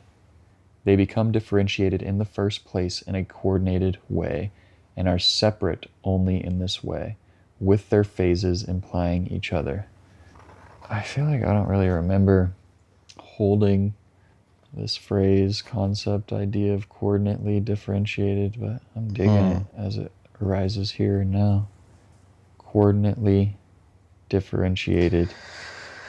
And I'm wondering if this serves as a, from his model, there's something about the interaffecting that kind of like is the cushion for the old model. And coordinately differentiated feels kind of like step into other model and ask about distinction, differentiation. I also would call it though too. It's our cushion for both our cushions, and they're approaching it from different angles. From original interaffecting ground, this is where Gendlin is a sneakily religious, I want to say. It's like this is some spiritual shit. So from original affecting ground, the processes are come into distinction, are named, are seen, and are coordinately differentiated. They became differentiated in the first place in a coordinated way and are separate only in this way, with their phases implying each other. In this way, in a coordinated way. They're separated only in a coordinated way. Again, that's padding for distinction. Or we're going to learn something about the nature of distinction. This is where I would want to get into Whitehead soon after this book, where I think the ability to make negative and positive discernments is like literally the ground for how certain forms of cognition come into being in his model, as far as I'm aware. Like distinction is, in that sense, like a holy act. It has this right, right, good, like, good. Well, yeah, but there's the Whitehead thread. I think it's here. I'm curious how it shows up in other theories, etc., etc. But I've been exposed to podcast series that I've listened to around like systems theory. Mm-hmm. Particularly, what is his name? Varela? Newman. Okay. Lumen? Lumen. Yeah, you were Lumen. talking. Yes, Yeah, yes. we're not recalling first name. There's a systems theorist's last name Lumen. In conversation with Varela. Francisco Varela. Nice. Yeah. But I think there's, when you say distinction as a holy act, I think a huge component of his theory is built on something about distinction. And I think Of Luhmann's this theory. yes, Okay. yes, Luhmann's theory regarding distinction. And I think just this whole talking about these few pages, that's been looming in the background for me. It's Of been looming in something the about, background. yeah, unity, one process, separation, coordination, yada, yada, yada. Something about what the heck is going on in our making distinctions. Good. Yeah, like Good. that in me. When you say holy act, you're saying Gendlin sneaking in some religion. Like there's something in me that like has so little words for this that I can't help but feel like this is like a kind of a mystical fascination I have, and distinction kind of holding a lot of charge Right. about that. Right.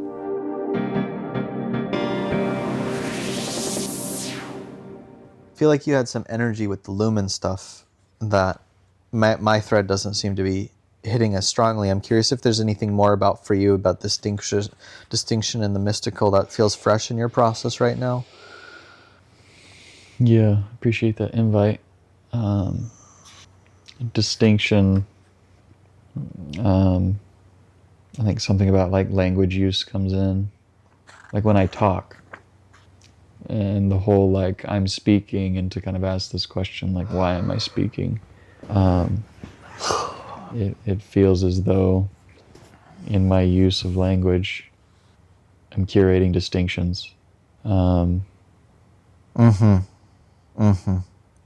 Beautiful. Beautiful. Oh my God. Yeah. This feels like such a banal statement to make on some level, or so trite, but it's like, oh, it's not in thinking that it's not in something as grandiose as conceptualizing and science and all this, which was the model I was using a lot in my head to like, of this distinction. No, it's in any speech act.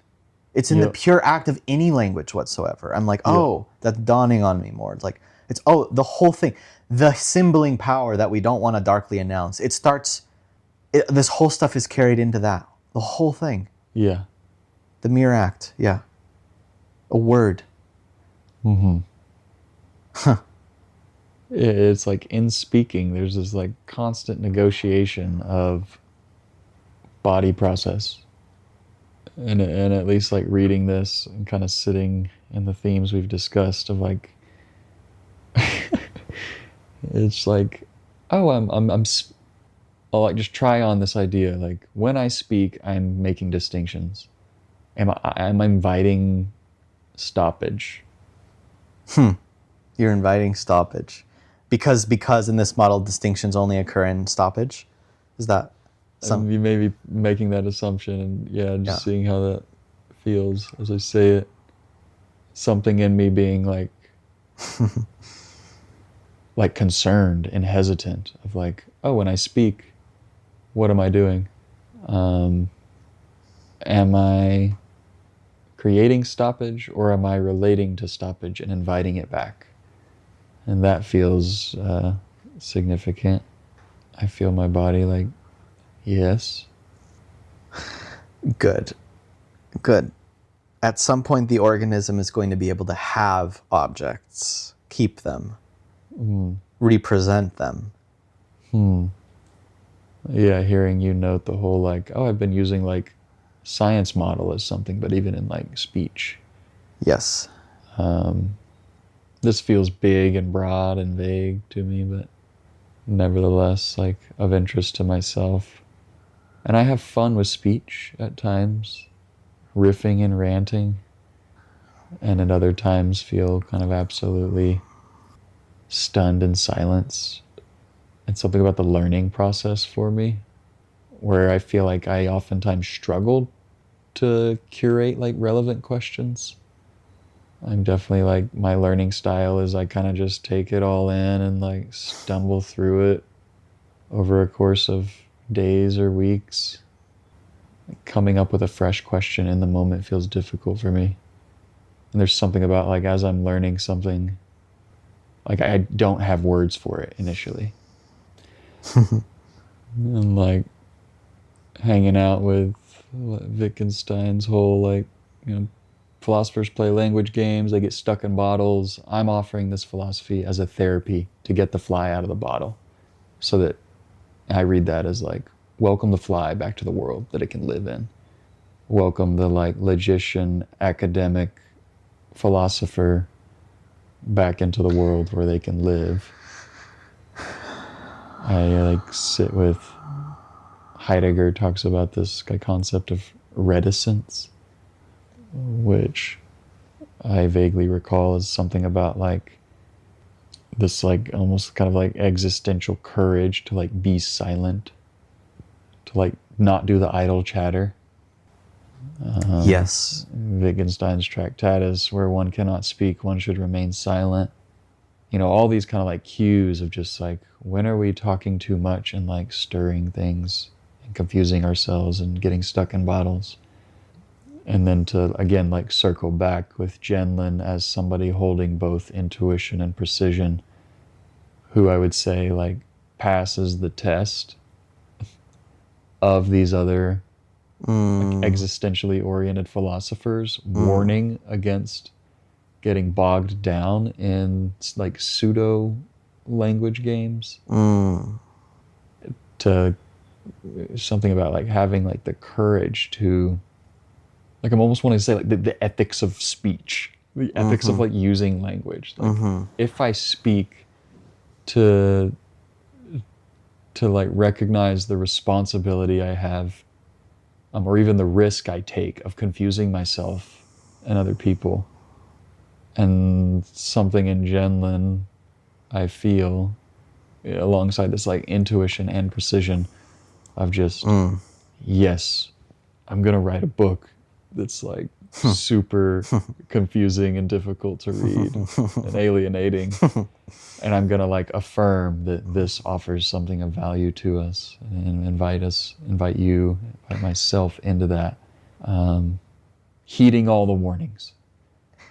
And there's something like in myself that kind of like finds that to be like a kind of noble task. Yes. And even like right now as I speak, just that background question of like, am I passing my own test? Am I like not abusing the potential to get myself stuck or confused and potentially confuse others? The potential to get yourself stuck and confused, are you valencing that as negative? Or because it's only I am. Yeah, there's like a fear. I say fear and almost like a cowardice. Like I'm afraid to get myself stuck. I'm afraid I'm going to speak and have no clue what I'm talking about. Oh, it's to be self-confused. Nice. Yes. And for others too, but. And for others too. And I filter it back through focusing, something about focusing that's like this permission to speak and not know why, where it's going, but to really be able to practice that like pause and checking and watching that something in me backing out of that, just taking a step back from that large amalgam. Yeah. I was gonna say though, from your language, like, but part of how Gendlin can write ethically, use ethical, so to speak, if our core language is confused already, like if our core language is unethical, to use to keep using your sense of it, in that it misconstrues things regularly, then it's only, one might imagine that confusion and feeling thwarted and hitting walls is going to be a normal experience reading ethical speech. like Gendlin's. Like how could it ever be palatable if it's saying that the core all these implicit ways that your language works are lying. Yeah. My mind's playing with the phrase, like the ethics of confusion. Right. Yeah, when you say something about lying, like negotiating, thinking at the edge with other or old models, coming into conversation with those in a way that's like quasi-deceptive. I don't know. Right. The cushions, so to speak. Yeah, right, exactly. Because like one could probably be led over the course of like 5 years of lectures to maybe get to this in a way that's like not super confusing. Like the confusion will be because like something inspires you and then you confuse yourself by thinking a lot about it. But if one just writes from a more attuned and accurate point of view, yeah, I can't, woe to the reader who comes into a forest far beyond where they're currently at. And the stoppage is a kind of a necessary friction to being kind of challenged to grow in ways that are genuinely beyond where you are currently at. Genuinely. Anything fresh, lingering aliveness for you around this section, these pages? In Gendlin's unpublished manuscript, which is available in the archives, and which is 2 Ways of Reading Philosophy. The title's different than that, but it has, I forget it, and you'll find it if you just look for that in the archive. That's where I first learned his idea of kinds of thinking, and that Gendlin is really interested in, when he's reading someone, like he's not merely interested in what results they derive, which is to say, when people talk about Kant, for example, it's common to, and you were doing it too, and this isn't derogatory, but just like it's common to like mention results. Like you mentioned something about transcendental apperception, blah, blah, blah. And it was interesting and really relevant and cool. But there's this other layer, which is like, how does Kant get to those results? What are the ways he thinks to find such conclusions or to put forward such concepts? What is the process that a thinker like that's moving through? I feel myself engaging with that layer so much throughout this and last episode. It feels hard for me to merely try to understand what Gendlin's doing, but to notice how challenging and confusing and weird it can feel, like trying to wrap my head around and like asking, what the fuck is he? Why the fuck is he? What is this for?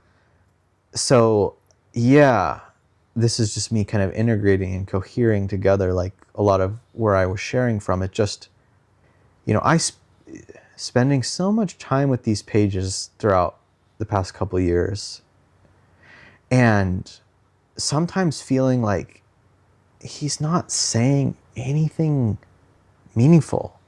And when I later got to this term eveving, which is going to come up in 10 pages or so, which is about how wholes become new wholes, I felt like I was learning something, but I was just like, I like the way you're getting me to think, but I don't know what you're getting me to think of. It feels like you've just said in fancy language almost nothing. It's like trivial. It's like, okay, everything affects everything else and then becomes a new whole.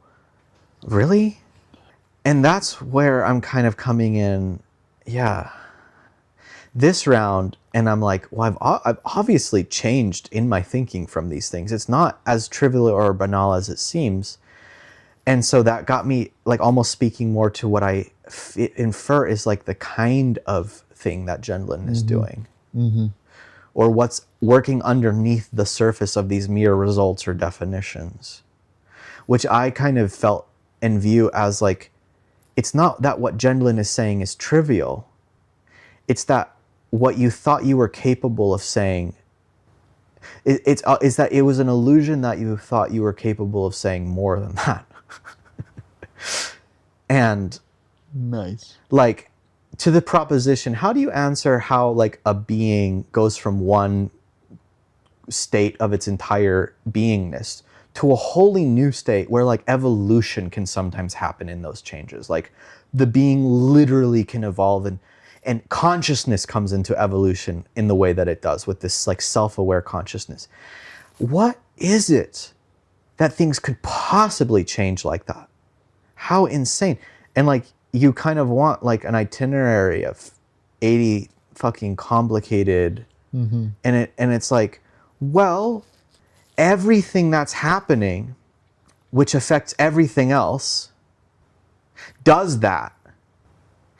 And then the organism feels that it had done that because something new happens. And that's how. It sounds like almost nothing. And here's the funny truth. It's hard to wrap your head around, actually, even the seeming banality of an explanation like I just gave. Nothing that's interconnected fully, originally interaffecting, where the differentiations that we draw up are coordinated. They're of these coordinated differentiations. If you can't wrap your head around how an interconnected thing would only become its next phase through its myriad interconnections, we can't really say that much about reality to begin with. So the seemingly banal simplicity of some of these derivations actually, and this is what I was working out the whole episode, it betrays like a need to rework through that fundamental misunderstanding that we think good logical thinking involves, which is to cut things apart, draw distinctions, and simplify. We know this is good. We know it's useful. Good luck making it through the gates of fire of doing that in a way that acknowledges to itself that you can't actually cut something apart and have it be real, and that your distinctions are lenses and not the whole, and all that jazz, and then say something meaningful with language. If you were going to draw 80 concepts about how reality comes into new beings and wholes, what you've probably done is you've constructed 80 tiny micro models that oversimplify things. Gendlin's wanting us to pass through, and this is me making this up, this isn't real, but it feels real to me. Gendlin's wanting us to pass through the gates of fire where, can we even do this at the most basic level once with a mini model that knows it's mini and doesn't pretend it's anything else, and reminds us of what the whole is so that we don't forget? And how hard it is to say anything with conviction and certainty once you start thinking in this kind of way. And it blows out the water other ways of thinking that have existed before. It blows them out of the water and makes them scathingly untrue without killing them off entirely or needing them to disappear. I don't know if there's, I don't know. So this whole episode is just almost me iterating in a kind of confused awe about just one rewire, one kind of thinking that we get so wrong. And it almost feels like our organism hasn't evolved in our cultural confines, at least, I'll say, to speak as a whole, to speak into the whole. We're too used to boldly and brazenly missing the fundamental point with mini models. Pass through the gates of fire to say very simple, ultimately, things about reality, but with a model that isn't fundamentally mistaken. I feel like as a microcosm, or just as like a preview of one meaningful way maybe to relate to this content, is ultimately you'll find a lot of the definitions don't feel like they're saying all that much. But the kind of thinking you have to use them is everything. Is everything. And if we want to make better models with 80 categories, I want to say you need to do it in a way that uses this kind of thinking, or you'll be starting out in falsity. I'm curious if anything it wants to come from you about that, Joey. I'm resonating with the kind of thinking distinct from the results, outcomes, nuggets, categories, concepts. I compare Gendlin to other philosophers that maybe offer a way of thinking and talk about method, demonstrate method, and this appreciation for Eugene Gendlin as offering focusing or thinking at the edge as like not even necessarily let me show you how to do philosophy, but this is a practice, a way of living. And my mind jumps to, again, Wittgenstein says the same thing. Philosophy is an activity. It's not like a doctrine. It's not a body of propositions. One doesn't like learn philosophy by learning propositions. One learns it by kind of engaging in the activity. And if done right, one is able to stop doing it. And like I'm sitting with this, like at the end of a focusing process for me, if like shift has occurred, there's a way in which like a younger part of me used to feel like after I processed something or stumbled on an insight, I needed to like write it down and remember it.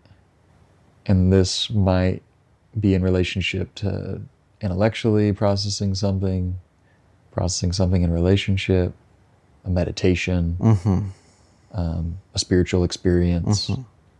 And I used to be so almost like fearful and kind of neurotic about that I would forget the answer, the thing that I got from it. And that's still there because sometimes there's some really cool fancy quips and quotes and concepts and ideas that come out of my processes. And finding more trust for this beyond the outcome that I achieved in that I'm practicing a way of ... I'm practicing an activity. My navigation skills feel like that thing that I can lean on, whether I call that doing philosophy, whether I call that focusing, processing, whatever. I'm resonating with all of that. And something about like at the end of those, there's a way in which like how content I might feel to be like, I have nothing to say. And like certain spiritual experiences, and feeling like, oh,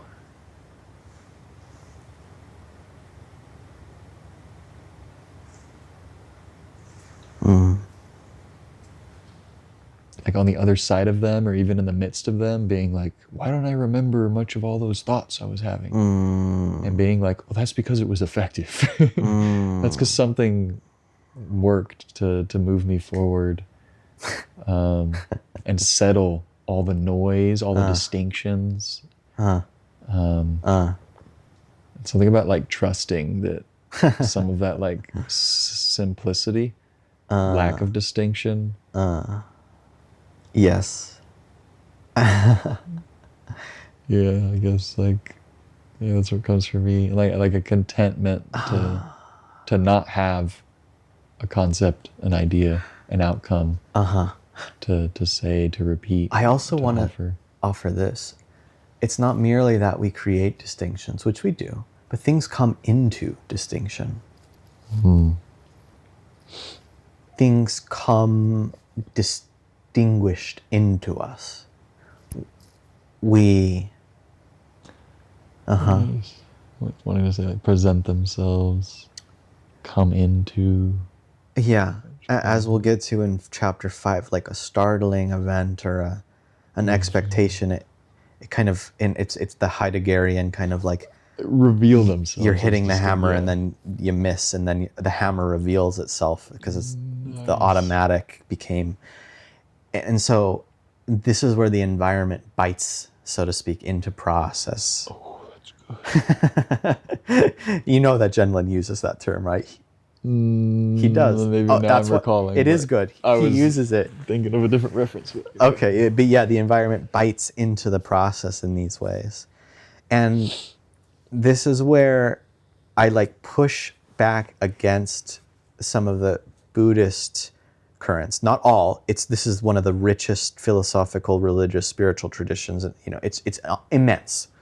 But from a lot of what I'm exposed to, which is Western coded and you know, transmogrified for us and translated for, it has this kind of doing away with distinctions undercurrent. This is really common. Like, and this is what and this is part of the power of me wanting to invoke what I feel like is this truth. It's just that sometimes things come into distinction in us without us like merely trying to do this. There is something absolutely Nice.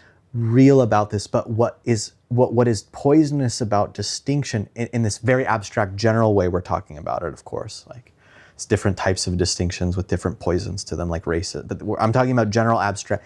What's poisonous, I don't know if it's distinction that's poisonous, but if it's our egregious misunderstanding of what distinctions are. Nice.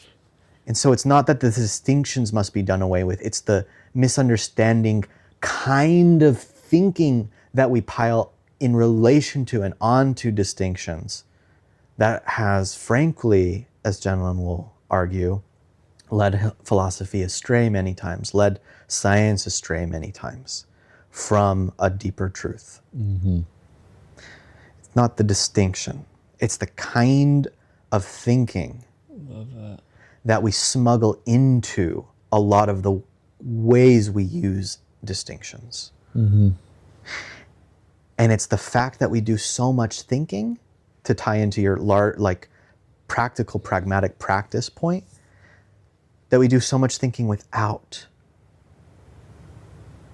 focusing. Focusing is kind of the bridge back to Holding distinction in relationship to ...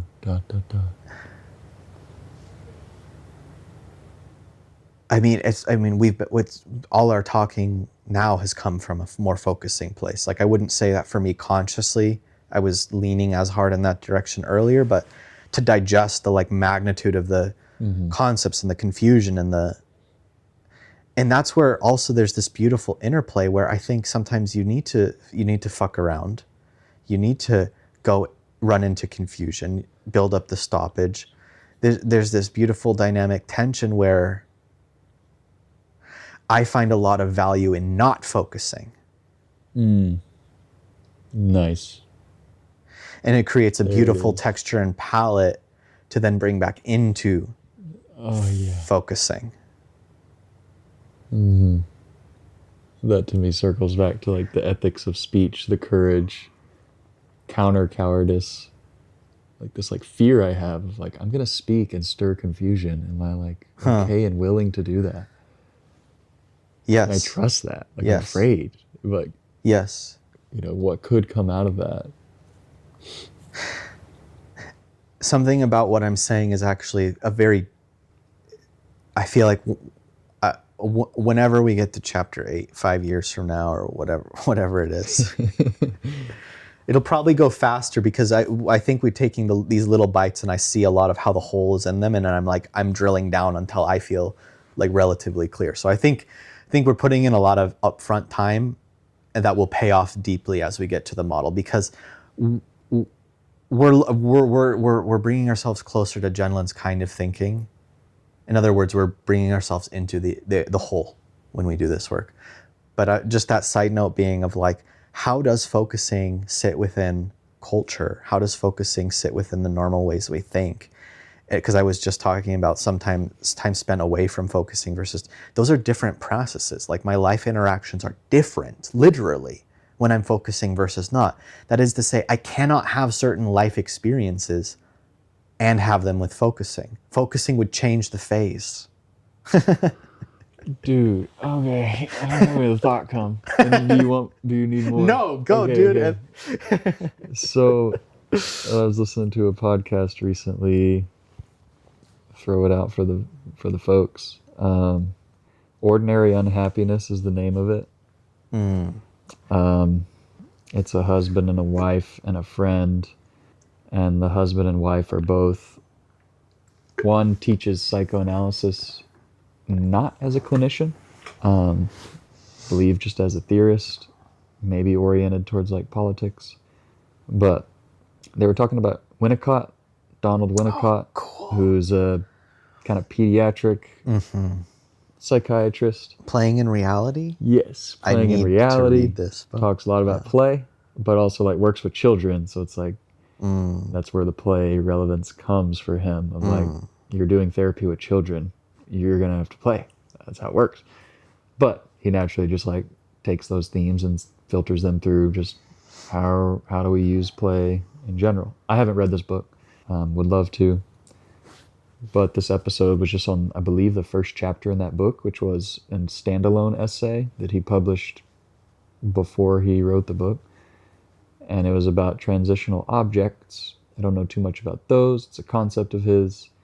It involves something about development where my inner world, where I don't have a conception of anything external to me, everything is kind of, this actually feels like a fascinating thing to cross with Gendlin's whole like body environment. But, you know, let's just take a step out of that.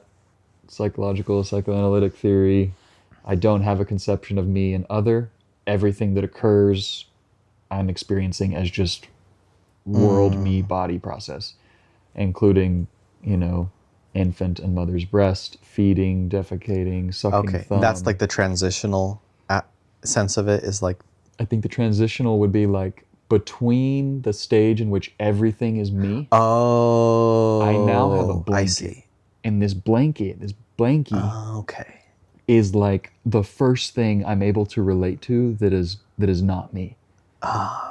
And it's like, it's my blankie. Everything else is me. I suck my thumb. I cry with mom. You know, everything else is still considered like it's me. And the transitional object, the blankie, is like the first thing I'm able to conceptualize as like something that might start to help me relate to a world that's outside of me. And this can be anything, like, you know, some sort of toy, doll, etc.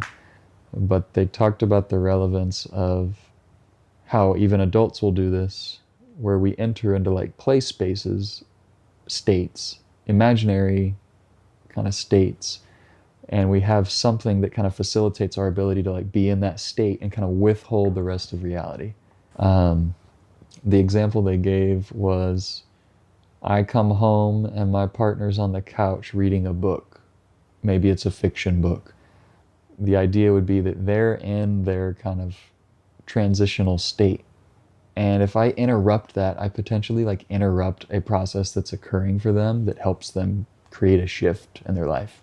And I think about focusing, where it's like the companion is meant to be witness. There's a certain structure, dynamic to that, in which you're not just throwing in advice out of the blue. You're kind of wanting to be congruent with allowing this person to enter into focusing process. And something about this, like, without interruption. And I've thought, distinct from like, I don't want my focusing process to be interrupted. I also, like, on the compliment side, like, I don't want this this like life disorienting confusion process to be interrupted as potentially transitional for me.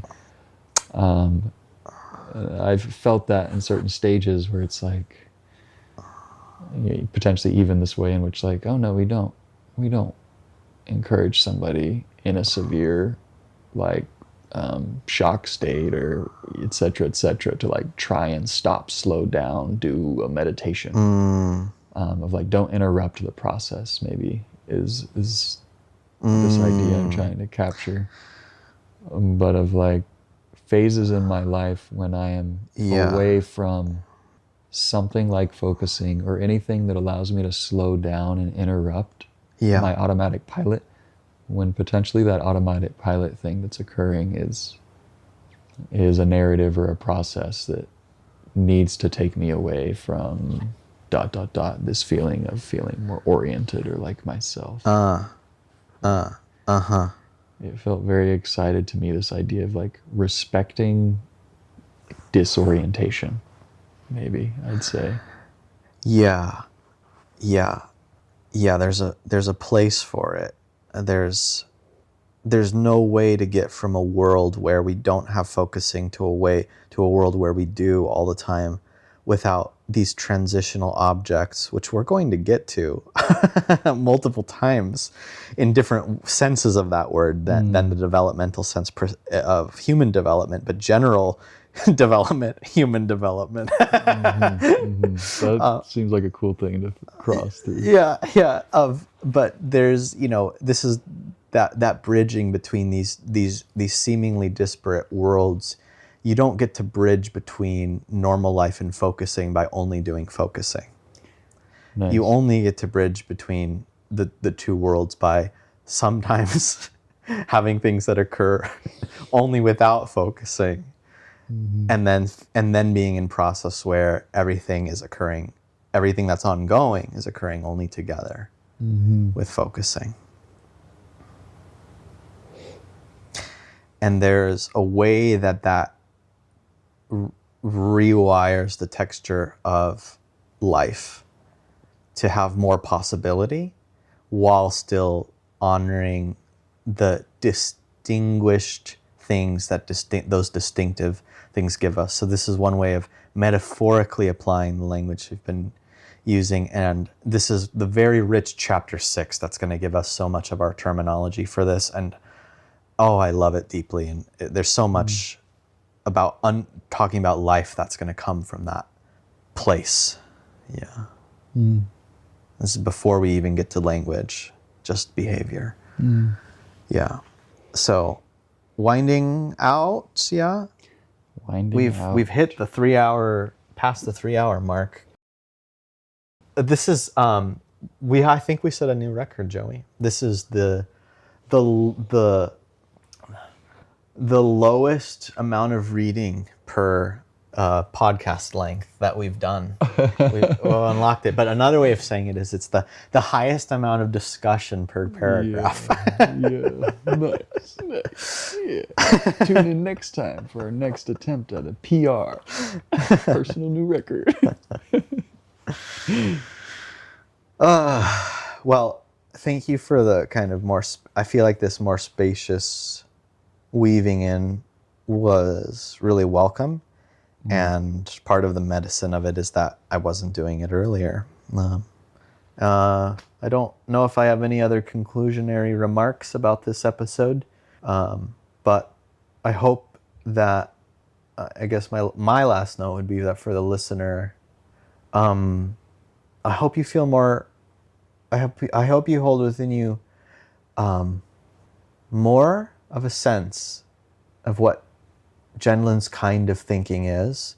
And I'd love to hear from people if they'd like to share in the comments on YouTube or in the Facebook group, if you'd like to share not only your thoughts about anything here, but in particular, I'd also love to hear about your own conceptions of Gendlin's kinds of thinking and how you're seeing it play out and what you feel he's doing or what you're learning from it. That would be very fascinating to me. That's my wrap up. Anything for you, Joey? Nice.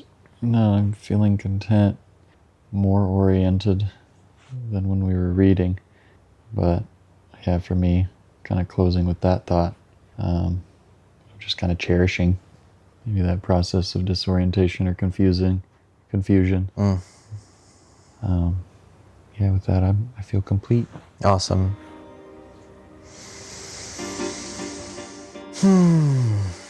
Thank you, Joey.